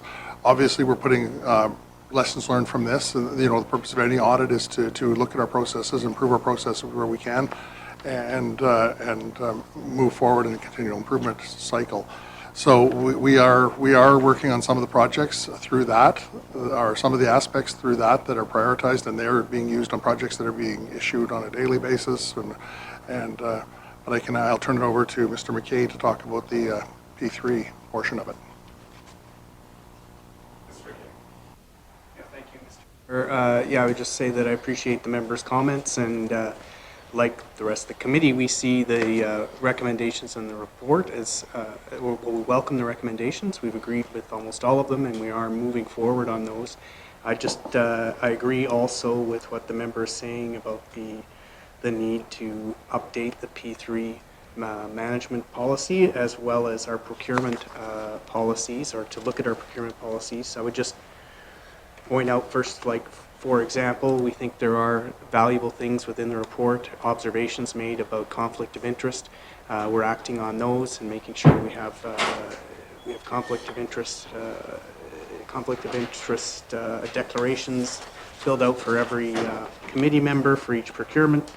We also have undertaken to look at the P3, specifically the P3 management framework, to include provisions that if there should be a reassessment, so that I think is something everybody's pointed to as an issue with this project, that if the project is going to change significantly during the course of the term of the project, there should be a new value for money analysis done, and that will be included in the new P3 management framework.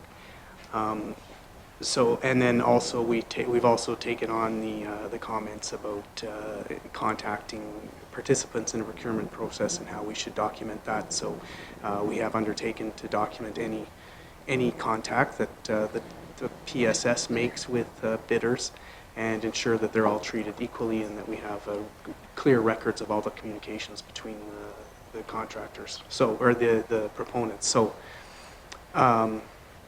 All that to say, appreciate the members' comments. I do hear from the Auditor General and committee members that the timeline could be moved up a bit, and I'm, as I've said before, willing to take on any recommendations that the committee may have in that regard. So, thank you. Thank you, Mr. McKay. Mr. Rogers. Thank you, Mr. Chair. Mr. Chair, I'll focus a little more now on, I guess, on going forward, and Mr. McKay kind of touched on it, and certainly our policies and processes are only good if we're implementing them, and it seems that, previously, when at the time this P3 was being done, that maybe we may or may not have dropped the ball on some of these, and according to the report. Specifically, again, as he touched on, reading through, I think it's the conflict of interest section, I think paragraphs 20 to 26, there were a number of conflict of interest forms that were either not filled out or weren't able to be located at the time. So I know Mr. McKay touched briefly on the protocols that are in place, but maybe he can speak to, I guess, the government's response to the fact that these weren't signed, or signed not able to be located, or signed certainly 6 months after the fact that the RFP was out before these were actually signed.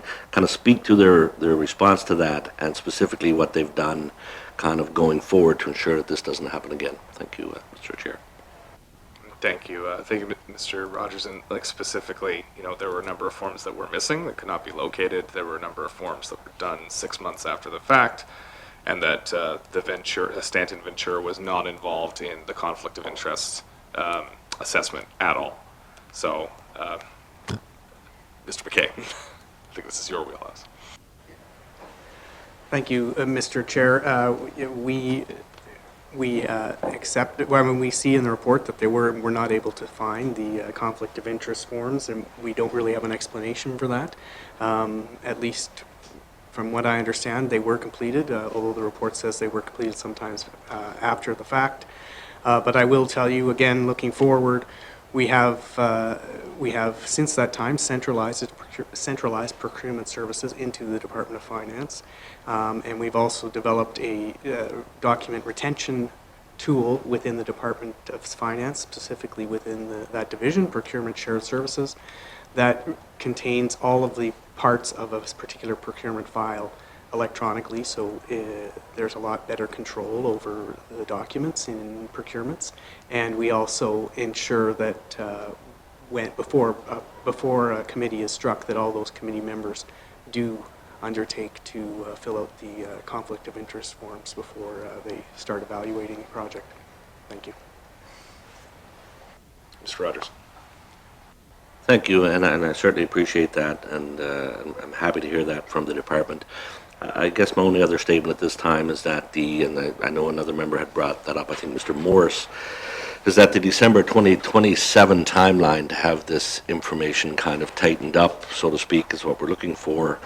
Seems to be a little long. It's the end of this term. It's 3 years out. Is there any way that the department can see that they can put a little more resources behind this and certainly get this done in a shorter time frame? Actually, I think it was Mr. McNeely that brought that up, but yeah, you know, certainly given the scrutiny that's around this, given now that the OIG's report is public, that we would hope that the government would be as efficient as they can be in getting this information updated. Thank you. Mr. McKay. Thank you, Mr. Chair. No, I hear I hear it from all the members and the OEG loud and clear that timeline they feel is a bit long. But as I said before, the timeline was determined based on the current level of work that the people who have to do that review have, as well as the fact that we don't have any P3 projects on the horizon. But understand the committee's concern with that, and I do undertake to look at a shorter timeline. And as I said before, if the committee makes a report on this and makes a recommendation about the timeline, we'd be willing to consider that as well, or we'll look at that as well. But from today, I will go back and see what a more realistic, shorter timeline might be for us. Thanks. Thank you, Mr. McKay. I'll note that your timeline, the 2027 timeline, is specifically around the P3 project framework, not about some other recommendations, specifically the recommendations found on paragraph 27, 28 to 48. And pursuant to Mr. Rogers' line of questioning about the conflict forms, your kind of response, or your response to the Auditor General's recommendation is that no further actions required, as you mentioned in your presentation, because current conflict of interest declaration processes align with the recommendation. Were those processes around conflict in place at the time of the Stanton project was underway? Mr. McKay?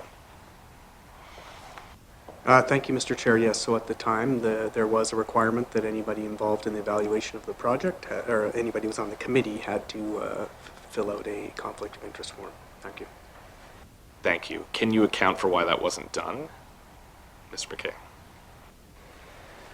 I don't, I mean, as far as I know, just from talking to people who were there, they say they did fill out the form, but as the Auditor General's pointed out, we weren't able to retrieve any of those, or some of those forms, so we had incomplete records, basically, but my understanding is that, well, we don't have any evidence of all of those conflict of interest forms being completed, so that's all I can say about that, but my understanding was that requirement was in place and that everybody did fill them out, although I guess as the Auditor General points out, some of them were late. Thank you. Thank you. So it's saying no further actions required because the policy environment is, like, you have a policy framework to govern conflict, but clearly there was some issues with the record retention and all that kind of stuff. So you've mentioned how you're going to use DIMS. Was DIMS available at the time, and those processes to store store documentation like conflict forms, was that present at the time of the project as well, Mr. McKay? Thank you, Mr. Chair. Well, certainly there was electronic filing system in place. I don't believe it was DIMS, but for whatever reason, it wasn't archived or they weren't there. But I would also point out to committee, and that's also in the report, that there was a fairness monitor that oversaw this project. And the fairness monitor didn't indicate there were any concerns with the way the procurement was undertaken, so, or found that it was a fair process. So, for what it's worth, that to me indicates that that you didn't see any conflict of interest, even if we can't find these forms now. Thank you. Thank you, Mr. McKay. We'll probably get back to that, but Mr. McNeely?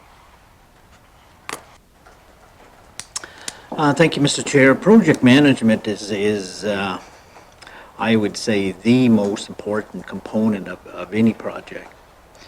And I recommended this suggestion here in a different session, and I'll recommend it in this one here, and maybe even encourage and suggest that some of the policies reflect this recommendation about seriously putting the abilities to have a EPCM component as a requirement in executing these contracts. An EPCM is simply a consulting firm defined as engineering, procurement, construction manager. Had this person been there, or this firm, we may have a success story. And it's always critical to maintain a schedule on budget, on schedule, and done safely. These are one of the fundamental points of these EPCM firms. They live by that. And they have the skill sets to undertake these challenges and risk management to ensure liabilities aren't passed on to the customer or client. So I make that suggestion and encourage that. Maybe it could be incorporated some language into your procurement policies and the P3 policy as well. Thank you, Mr. Chair. Thank you. Response from, Mr. Loutitt. Thank you, Mr. Chair. So just to note that we did have a project management firm on this project, as we do on most of our large projects. That part of it, ran well. There was other issues as far as the documentation and stuff like that. And we certainly take note of that and accept that as a follow-up item for us. Thank you, Mr. Chair. Thank you. Mr. McNeil, anything further? Thank you, Mr. Chair. Yes, if you look at the principles of undermining and not recognize $150 million in property taxes, that's a huge error. And it goes back to the Decho Bridge. The Decho Bridge project started without the designs and engineering drawings being certified by an engineering firm representing the client.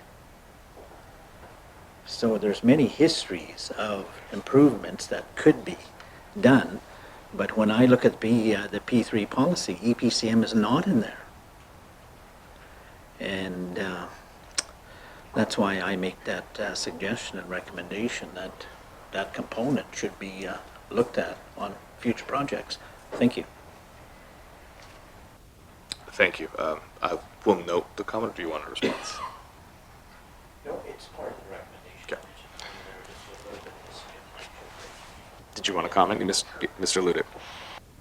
Thank you, Mr. Chair. Yeah, I definitely note it, and but with and just wanted to also note though that the project management firm that we had on contract had P3 experience, so we were to help guide us through this as well. So, thank you, Mr. Chair. Thank you. So I want to go back to the fairness monitor. Is one of the roles of the fairness monitor to assess conflicts with procurement oversight staff or managers or people, decision makers in the government? Is that one of the roles of the fairness monitor, Mr. McKay? Thank you, Mr. Chair. So it is one of their roles. So in this case, a fairness monitor generally would review the disclosed conflicts and then ensure that the relevant parties had completed the forms confirming that they had no conflicts. So that's one of their roles. Thank you. Thank you. So you're telling the committee today that you feel, or the department is confident that the conflicts were disclosed to the fairness monitor. You just can't account for the actual paperwork. Is that the situation we find ourselves in, Mr. McKay? I guess, yes. What I would say is I'm confident that because there was a fairness monitor on the project, he or she would have asked would have asked all those people that were involved, to the relevant people, to produce a form showing that they had no swearing or affirming that they had no conflict. Thank you. And who was the fairness monitor? That's a question from Ms. Yakalaya. Mr. McKay. Thank you, Mr. Chair. It was RFP Solutions was the name of the company from Ottawa. Mr. Rogers. Thank you, Mr. Chair. Mr. Chair, in paragraph 46 of the OAG's report, it states that the contractor Boreal had stated that they had spent $71 million on the local goods, local procurement, but when the OAG had requested that information, it was unable to get the evidence, some of the evidence, but not all of the evidence, that indeed the $71 million from the contract was spent locally. So I guess I look for a response from the department on that, as well as the mechanisms that are now in place to ensure we are tracking that appropriately going forward. Thank you, Mr. Chair. Thank you, Mr. Rogers. Mr. McKay. Yeah, thank you, Mr. Chair. So, I mean, really that was the OAG saying there was no evidence that or they couldn't find evidence that was monitored and verified that there was these benefits going to local and NWT businesses, but which is true. But I would say that the government did monitor that, and it also reported on it on a government or a Stanton Renewal website. Although unfortunately not all parts of the website were archived, so when the project came to its completion, so we weren't able to show that evidence. So unfortunately the OAG had to make that conclusion that there was no evidence to show that that there was $71 million in local and northern goods benefiting the territory. Thank you. Thank you. And Mr. Rogers? Yeah, and obviously if you read that paragraph 46, it clearly states by the OAG, and Mr. Chair, you can have the OAG respond to this as well, but that, yeah, it could not be verified. Some was, and although it was monitored, it couldn't verify factually or actually what was spent. I guess the second part of that question then, Mr. Chair, is if this were to happen today, certainly that would not happen. We do have processes in place. We may have had processes in place at the time that were quite monitored or rolled out properly, but if this were to happen today, what assurances do we have that this indeed will be tracked? Thank you, Mr. Chair. Thank you. Mr. McKay or Mr. Loutitt? McKay? Yeah. We have taken steps to ensure the BIP registry is updated and that the requirements of companies that have local and that are required to buy local and northern goods or employ local or northern employees are on a central tracking system, and it's done through the government revenue or the government financial system. So they have access in a central system, and it's continually updated so that we can keep track of whether companies are in compliance with their obligations under the policy that they've made when they were given the contract. We also have a vendor performance management policy, which we just implemented, which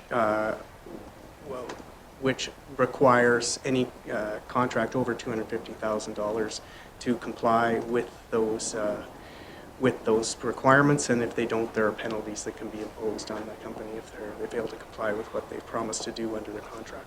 Thank you. Thank you. Mr. Rogers? Mr. Chair?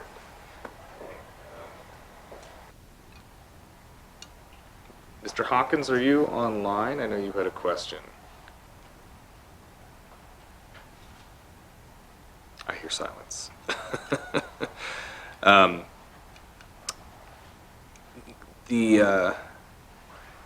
One of the crux of or I guess the concern of committee is, again, yeah, you've you're confident in your response to these recommendations that things have changed since the initial project that have resolved some of these issues around reporting, around conflict, and around monitoring.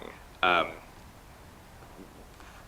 mean, it's clear from the evidence that many of these systems were in place. So what specific monitoring tools are you bringing in? Because there's a number of components you could, but like, are you providing new training to employees to make sure that they're aware of their responsibilities under code of conflict? Are you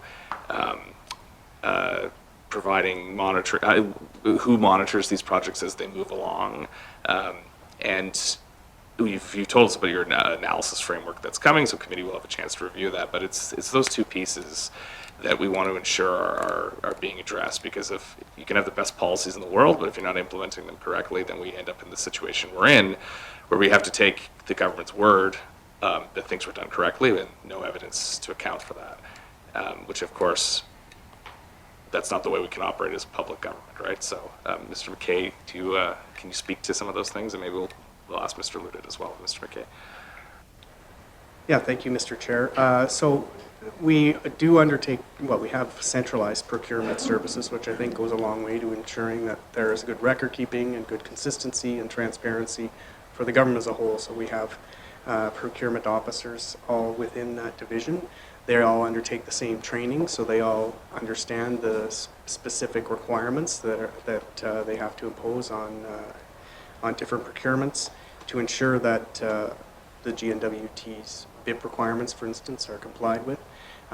So that goes a long way to ensuring that we have that. We also give specific training to the public, so they know what so particularly prospective contractors, so that they know what they have to provide when undertaking procurement with the GNWT, and also what obligations they have to undertake with respect to local hiring and the purchase of local goods. So I think that does go a long way to addressing a lot of the concerns that were raised by this report. So that's I guess all I can say, Mr. Chair. I mean, we do have those provisions in place. I think they will protect the government from or ensure that the government's policies are complied with, and also address a lot of the concerns that the OAG's raised. Thank you. Thank you, Mr. McKay. Anything to add, Mr. Loutitt? No, nothing to add other than, you know, our staff are taking the vendor performance management training. We take specific project management training, which we deliver, as well as conferences that we do a conference every. I think we did one last November. So from that perspective, and you know, we're putting in these measures to make sure that the documentation, because most of these we feel were complete, just the documentation was lacking, and that or somehow we are not located. However, that is something that now has been rectified. Thank you, Mr. Chair. Thank you. Ms. Morgan. Thanks very much, Mr. Chair. I wanted to clarify, and perhaps the Office of the Auditor General will be able to answer this, or GNWT staff, but the step of the agreement with Ventura to decommission and remove hazardous waste and turn the legacy building into what's being referred to as the vanilla shell, were the costs associated with that step reported in detail as part of the P3 arrangement reporting? Was that step considered part of the P3 and reported on as such in terms of detailed cost breakdowns and such? Thank you. Mr. Loutitt. Thank you, Mr. Chair. That was reported. That was part of the P3 agreement, was to take it and turn it over to a vanilla shell. I don't have specific breakdowns of the costs. That's something I think we could probably look into seeing what we can provide, but it was part of the agreement. Thank you, Mr. Chair. Thank you. Mr. Hayes, did you have anything to add? No. Ms. Morgan. Okay, thanks for clarifying that. We can look into looking at what those costs actually were. Following up on some of the discussion about conflict of interest, I wonder if the government can state with confidence that there was no conflict of interest in any of the dealings associated with this P3, including the lease agreement with Ventura for the decommissioning or the decision to turn around and lease it right back from them. Can you state with confidence that there was no conflict of interest throughout any of those arrangements? Thank you, Mr. Chair. Thank you. Mr. Loutitt. I believe with the fairness advisor overseeing it, I can speak with confidence that there's no conflicts. Thank you, Mr. Chair. Thank you. Ms. Morgan? Okay, that's good to know that the government has confidence. On the response that the government gave to the recommendation around improving both sort of policies, but also just implementation of the policies around conflict of interest declarations, it talks about how there's going to be a contract administrator engaged to audit evaluation frameworks. There's a lot of complicated wording in there. Is it just proposal evaluation committee members that are required to go through these conflict of interest declarations and be screened, or is it all other staff or individuals associated with these projects?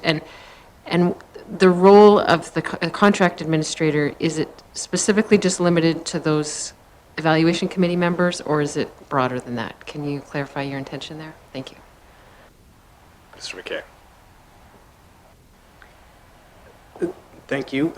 So, Mr. Chair, we currently, our intention is just to have conflict of interest declarations done for the evaluation committee members.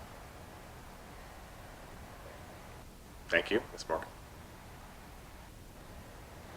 I mean, I'm curious to know, I don't know if the Auditor General can speak to this, whether that is standard practice or there's a different best practice around who has to go through conflict of interest declarations. Is it standard that it's limited to just proposal evaluation committee members? Mr. Hayes. Thank you. In our experience, we see that conflict of interest declarations are applied more broadly than that, and there's good reason for it. Staff, analysts can influence the way that that contract procurement processes are run. So, in our view, it should be expanded beyond just the members of the evaluation committee. And as important as the conflict of interest declarations are, it's equally important that there is monitoring and oversight to make sure that mitigation strategies are identified and implemented. Thank you. Thank you. Ms. Morgan. Thanks for that. So, in follow-up, what is the GNWT's response to that comment about best practice, and is there any intention to look at broadening the net that the conflict of interest, both the declaration would apply to, and looking at more stringent measures around mitigation and monitoring? Thank you, Mr. Chair. Thank you, Mr. McKay. Do the policies? Yep, thank you, Mr. Chair. So we're open to reviewing that, but I would say, first of all, that all the employees of the procurement shared services and all the employees of GNWT are required to disclose conflict of interest. So there is that part. So there is quite a few people that are subject to conflict of interest requirements beyond who's on the evaluation committee. But we will look into what's considered best practice within the public service in other jurisdictions. So that's where I could leave it. Thank you. Ms. Morgan. That's it for now. Thank you, Mr. Chair. Thank you. I want to get back to the benefits to local benefits to northern companies. So you've talked about how the business incentive policy registry is going to be a component that allows you to validate businesses and what the spend is. But can you confirm that what was reported as local benefits, was that coming from, was the GNWT reporting, or was that reporting from Boreal, the Boreal partnership? Mr. McKay? Thank you, Mr. Chair. I assume it was from the Boreal partnership, but it was coming from statutory declarations of contractors. So Boreal contract, the Boreal partnership gave statutory declarations. Thank you. So, given that it was, Boreal collecting those declarations and passed them off for reporting purposes. How was so much missed? That a significant amount of that reporting wasn't able to be validated or verified, especially if you were dealing with statutory instruments, Mr. McKay. Mr. Chair, thank you. I don't know how it was missed. I did mention earlier that there was a website and that was set up to report on the local benefits, and a lot of that information was not archived for whatever reason, but I can't really speak to why it was missed. Thank you. Well, thank you. Yeah, I mean, I don't know if it was just, the website is just the public-facing side of that. It's not the actual flow of information that's going to populate that website. So, going forward, so how does it work now? Like, if you are trying to quantify local spending from a large project, let's say the Inuvik runway improvements or the Inuvik windmill. I'm only thinking about Inuvik for some reason. But if we're dealing with, how do you quantify that now? What is the process to get that? Do you go to the contractor and say, which Northerners are you hiring? How is that information validated? Mr. McKay. Thank you, Mr. Chair. So it's done by the contractor supplying a statutory declaration outlining what local benefits their project has provided. And then that information is stored in our centralized financial system so that it's available for everybody to track. Thank you. Okay. So this is a record-keeping issue then? I guess consistently across the board, it seems like this is just is this more of a records management problem then? And I ask this for members of the public who might be concerned about a breach of trust, let's just put it that way. And there's not an allegation, it's just when you're talking about we can't locate things but trust us for the government, I think there are some people who want to know that can be validated. So are we talking about a problem with how we're managing projects, or is it a project with how we're managing records, Mr. McKay? Thank you, Mr. Chair. I mean, I guess from what it says in the report that there was a problem with accessing records for the OAG to review in order to report on this. But I would argue, as I've said before, that I think we've improved that process and we do have a good record-keeping system, and we've also improved our means of substantiation. So each invoice that's submitted, the BIP content forms have to list all the labor, services, and goods and materials involved over a certain payment period. And so all of that is put into a centralized record-keeping system. And then on top of that, in terms of enforcement, we have put in place the vendor performance management system, which is a way of us enforcing those obligations on contractors. Thank you. Thank you, Mr. McKay. I'll turn to Ms. Reid online. Thank you, Mr. Chair. On this topic of records management, the member and the deputy is probably very familiar. I'm familiar with this area. Has the records schedules or RDAs of procurement shared services been reviewed and updated in alignment with these policy and procedure updates? Thank you. Mr. McKay? Thank you, Mr. Chair. Yes, they have. Thank you. Ms. Reid? Could that information be provided to committee? Thank you. Ms. Reid, are you looking for the updated schedules? Yeah, comparative schedules, if that's possible, Mr. Chair. Thank you. Mr. McKay? Pardon? Could the member just repeat exactly what she's looking for? I have the Procurement Shared Services Director behind me, so I'm trying to ensure we can get her the right thing. Thank you. Well, let's get him up here. Ms. Reid, go ahead. Certainly, I'm happy to clarify a little bit more. Thank you, Mr. Chair. So record schedules, or RDAs, as they're sometimes referred to, are often done for both program areas as well as a general record schedule for administrative areas that are common throughout government. What I'm speaking to specifically is whether or not the deputy can confirm that committee could get a copy of the record schedule prior to the changes to the policies for procurement and the one that was updated for committee's consideration. Thank you, Mr. Chair. Mr. McKay. I will have to get back to committee on that. I'm not sure. We'll have to look into that. Thank you. Ms. Reid. Nothing further. Thank you, Mr. Chair. Thank you.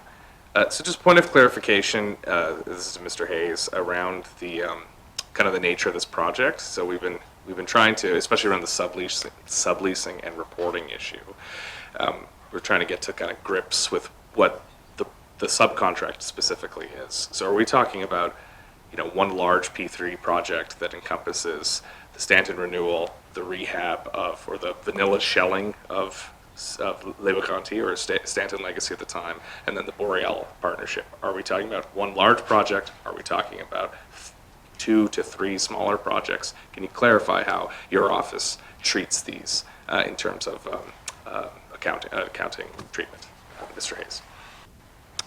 Thank you. So our office considers the legacy hospital work to be a P3 in and of itself, and the new hospital build to also have been a P3 separate and apart. One way to think about it is there are 2 assets there. Each of them are, in our view, P3s. I think the confusion, and particularly in relation to our recommendation, comes from the fact that what we are asking the government to do is provide a comprehensive view of the project costs. And if you think of the project as an umbrella, the existing hospital and the new hospital are both part of that project. They originate from the same RFP, the same P3 proposal that came from Boreal. In our view, the costs, if you were going to, if somebody was to ask what are the full costs of this endeavor, you'd have to take into consideration both of those assets. So essentially, I guess I'll answer the question in 2 ways. There are 2 P3s under one project umbrella. Thank you. Thank you, Mr. Hayes. Mr. Rogers. Thank you, Mr. Chair. Yeah, and as I said earlier, I'm a little perplexed that it's not been accepted. I think it would shed a fair amount of light on some of the questions that we have had the leasing arrangement been included in with the P3 as recommended by the OAG. But having said that, listen, I appreciate the staff being here, and I know the staff that are here are doing their best to answer these questions, and I know that they're answering them honestly, and that, some of these, they weren't around typically when some of this was done. And I'm concerned, I guess the concern is that there's much information that we don't have, and my bigger concern is that will we ever receive it? I guess is a concern to get the information that we need to talk about some of the things that happened before, I guess, the leasing arrangement took place. The other comment I'll make, Mr. Chair, if you'll indulge me, is that this does also cast kind of a dark shadow over P3 potentially, and or negotiated contracts. And as we know, there's been some very successful, I know the staff knows, and certainly Mr. Loutitt and Mr. McKay, been some very successful negotiated contracts with Indigenous governments, particularly in my region, where we've seen those projects done on time, done in a cost-efficient manner. Some of those projects and some of those negotiated contracts that come in with the actual profit built right into them. So we know as a government exactly what to expect from the projects, and my concern is that, and I hope, and I guess it's somewhat of a question, I hope from the government's perspective too, that it doesn't cast that kind of a shadow on that, because there are other projects upcoming as we move forward, and certainly other opportunities to deal with not only the private sector, Indigenous governments and others on looking at doing projects like this, because I do feel, all things being equal, if we are transparent and we follow the policies, and the policies, as I said, are only as good as the teams that are implementing them, that this is still good for us and our territory, and I hope that that remains the same for our government as well. Thank you, Mr. Chair. Mr. McKay, maybe I'll just try to put a question to it, but is it the position of the, or can you speak to why the GNWT pursues P3 projects that benefits to value for money and to taxpayers at the end of the day? Mr. McKay. Yep, thank you, Mr. Chair. So the P3 model is something that is attractive to government on certain projects because it allows us to share the risk with the private sector so that, and we don't have to put as much capital in, we don't take on as much debt. So it basically shares the risk, although we do have to share some of the revenues from those projects with a partner in the private sector. So there are certain projects that are attractive to us as using a P3 model, and those are generally projects that are bigger than $50 million and ones that can produce a profit for the private sector, and that the private sector be interested in assisting the government in moving forward on the project so the government can both offset the risk but also offset the amount of capital and debt that is put into a project and debt that is taken on in a project. So as the member mentioned, we haven't had a lot of experience with P3, although we have completed three P3 projects so far, and I would say they've been relatively successful, been completed on time, and have been of benefit to the territory. But I would also mention that part of this process is the OAG report, the OAG reviewing this particular project. We've, as I've mentioned on many occasions before in this hearing, we've taken a lot of lessons from that report, and we are moving forward to improve the P3 project management policy so that it is really strengthened and really upholds the principles that are outlined in that management framework, I should say. And that those are, just to remind committee, that the public interest is paramount. There's value for money. Appropriate public control and ownership is preserved, accountability is maintained, and that all processes are fair, transparent, and efficient. So these changes that the OAG has recommended to be made to the P3 management framework will help us better fulfill those 5 principles. Thank you. Thank you, Mr. Rogers. Is that? Yeah. So around, okay, let's just turn to the subleasing decision, which is, to quote the Auditor General report, perplexing, and I think continues to perplex committee. You've given us evidence that you can't account for why that decision was made or what analysis produced it, but do you know which employees were involved in that decision making, and can you provide those individuals to committee in case we want to do some follow-up directly? Mr. McKay, probably. I don't know if I'm the right person to answer this, but I could maybe turn it over to Mr. Loutitt. Thank you, Mr. Chair. I think we'd have to look into that and see who we can identify who was making which decisions. Obviously, I wasn't in the room when these decisions were made, and there was a multitude of people that were doing that decision making. So we could dig into that and provide a response later to committee if that suits. Thank you, Mr. Chair. Thank you, Mr. Loutitt. And committee recognizes that, like, you as deputy minister are the accounting officer for the decisions that were made by the department today, not back then. But at the same time, because we don't have records, the only way we might be able to get a complete picture is by speaking to individuals if they are so willing, and that's why we asked the question. Normally, we wouldn't take such an extraordinary measure, given the sensitivities around personal privacy of employees, right, and the fact that they are not accountable for the decisions that are made, by the department. Sorry, Mr. Loutitt. Thank you, Mr. Chair. I appreciate that. From my understanding, is all the people that were in those decision making are retired, so are no longer with the government of Northwest Territory. So we'll have to, dig into that and see what we can provide from a privacy perspective and stuff. But we'll look at that. Thank you, Mr. Chair. Thank you. Last call, committee. I think we've had a very thorough discussion. Yes, Mr. McNeely. Yes, thank you, Mr. Chair. My only closing comments or suggestions is that I agree totally with my colleague from Inuvik here and the opening remarks made by the chair. We're not on a witch hunt of any matter here. We're basically doing our due diligence and doing our fiduciary obligations as public officers and members of this committee to review this project, and I can see a lot of value in the decisions made at the time for different portions of the project, including ours today.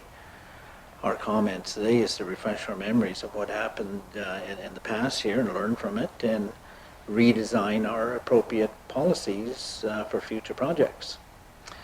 And definitely that will improve our moving forward, and hopefully we can save some money in the process. Thank you. Thank you, Mr. McNeely. I do have one more question that I neglected to ask. So just in dealing with the conflict of interest provisions, again, you haven't been able to kind of produce evidence of whether or not Ventura was included in conflict of interest provisions. Can you tell us today whether or not they were, Mr. McKay? I can't tell. Yeah.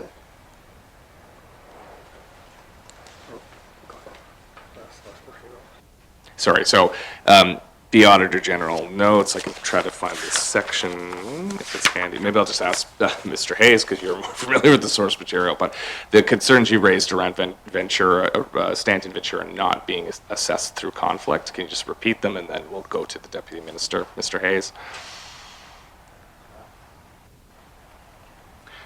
Thank you. It's paragraph 26 of our report where we stated that we found that the forms did not require the departments and authority staff and contractors to state whether they had relationships with Ventura, even though the conflict of interest declaration forms were completed after the entities became aware that Boreal was including Ventura in its proposal. So that's, I think, what you're looking for. Thank you. Thank you, Mr. Hayes. Mr. McKay? Or Mr. Loutitt, sorry, Mr. Loutitt. Thank you, Mr. Chair. So yeah, we can, I can make assumptions, which I obviously won't be sharing, but we can only rely on the records in which we weren't able to produce. So we're not, I can't comment on that. Thank you, Mr. Chair. Well, thank you, but I mean, you have commented on some of the questions of members that you're confident that conflict was. So what I'm asking, the best we can do is based on what you are aware of, at this hearing, do you feel that Ventura, are you confident that there were no conflicts involving Ventura despite the lack of evidence, Mr. Loutitt? Oh, thank you, that's better. Thank you, Mr. Chair. I am confident because there was that fairness advisor, third-party fairness advisor in place during the process, so I'm confident that there weren't conflicts of interest. Thank you, Mr. Chair. Thank you.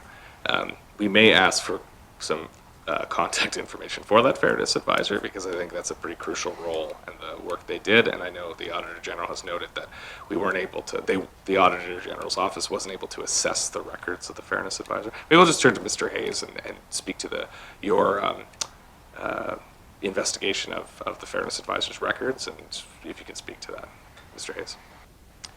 Thank you. So, of course, this was part of our findings relating to document retention and led to some recommendations as well. We did speak with the fairness monitor, advisor, whatever word you want to use for it, and they were unable to provide with documents to us as well. Of course, the passage of time is a partial answer to that.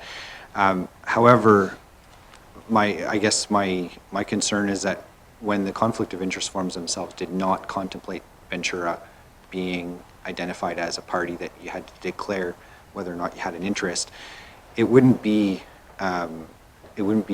strange for me to think that the fairness monitor wouldn't consider that. They would be looking at the process that the government is following. So there wouldn't be records of declared conflicts vis-a-vis Ventura because they weren't on the form.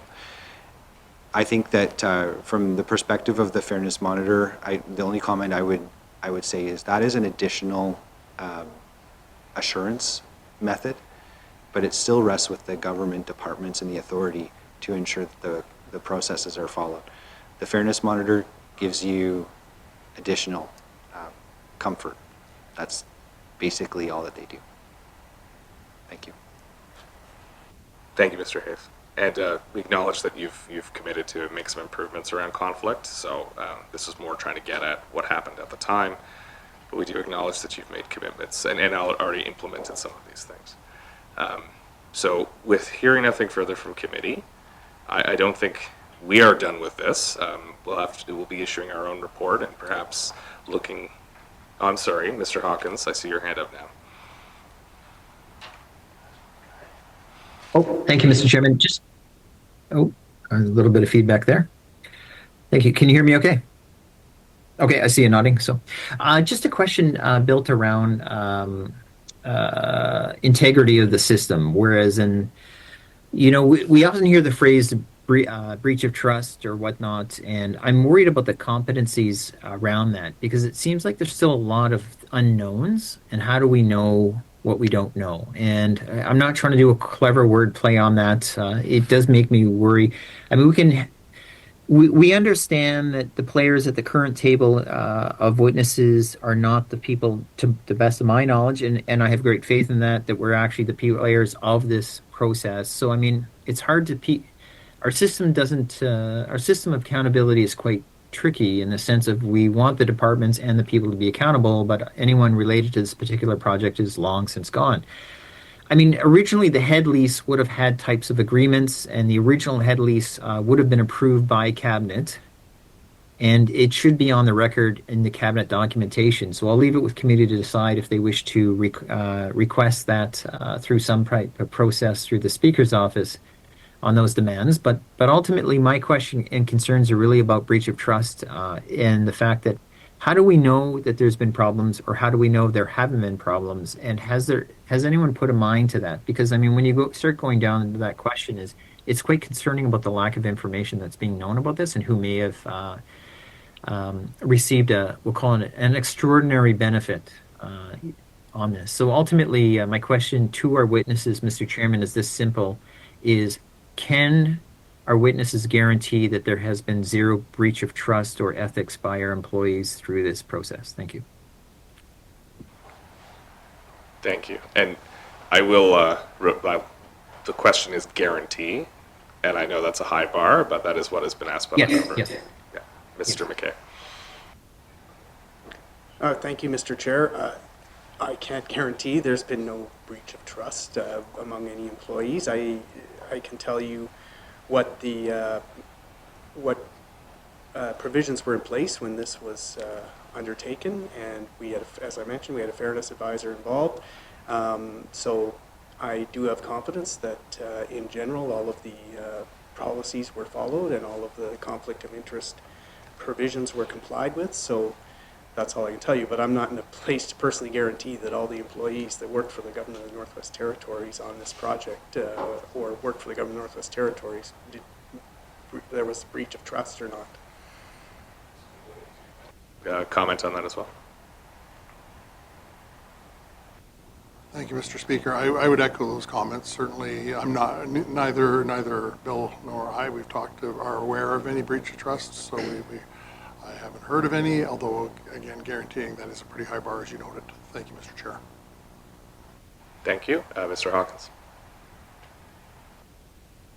Is that an area of concern, given the fact that there's so much lack of information available to the committee and the public, including the Auditor General, on this particular file? Thank you. I'll let the government witnesses respond first, but then we'll go to Mr. Hayes because he wanted to comment on that last round. But Mr. McKay. Thank you, Mr. Chair. Well, there is a concern that there's a lack of information because we weren't able to provide evidence to the Auditor General on certain areas that the office had concerns with. We weren't able to provide evidence to alleviate those concerns. So that's why we have these recommendations that are coming out of the report. I guess I do have concerns over the lack of record keeping, and that's why we're taking what we have taken since that time, the steps we have to improve record keeping procedures so that we don't run into this again. Thank you. Mr. Hayes. Thank you. I just wanted to provide at least a perspective on the question about the guarantee. And I totally appreciate where the government witnesses are coming from. When it comes to the fairness advisor, our understanding of the scope of that contract was limited to the upfront procurement. So it did not include the leases or the sublease later on. So when we're talking about whether or not there could be a guarantee that there wasn't perhaps a concerning transaction at that point in time, the fairness advisor would not be able to provide assurance. They weren't involved at that point, from our understanding. The government may have a different view on that. Thank you. I'm going to cut into your time, Mr. Hawkins, but can you clarify that? Because questions were asked about whether or not the lack of the Stanton Ventura being assessed by conflict would have been dealt with, and the response was the fairness of it. The fairness auditor would have looked into that, and we're hearing something contrary. So can you clarify that, Mr. McKay?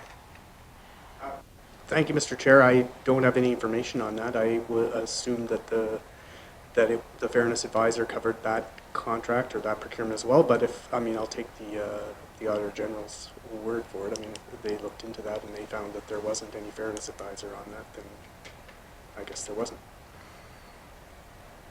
Thank you. Mr. Hawkins? Thank you. I just wanted to check back to is what information through some type of discovery of evidence, preparing for this review, responding for this report has been assessed. And my understanding is Cabinet went to great pains from the transition of the 15th Assembly, including the 16th Assembly, to create a data room that had all the collective documents on this particular file and initiative.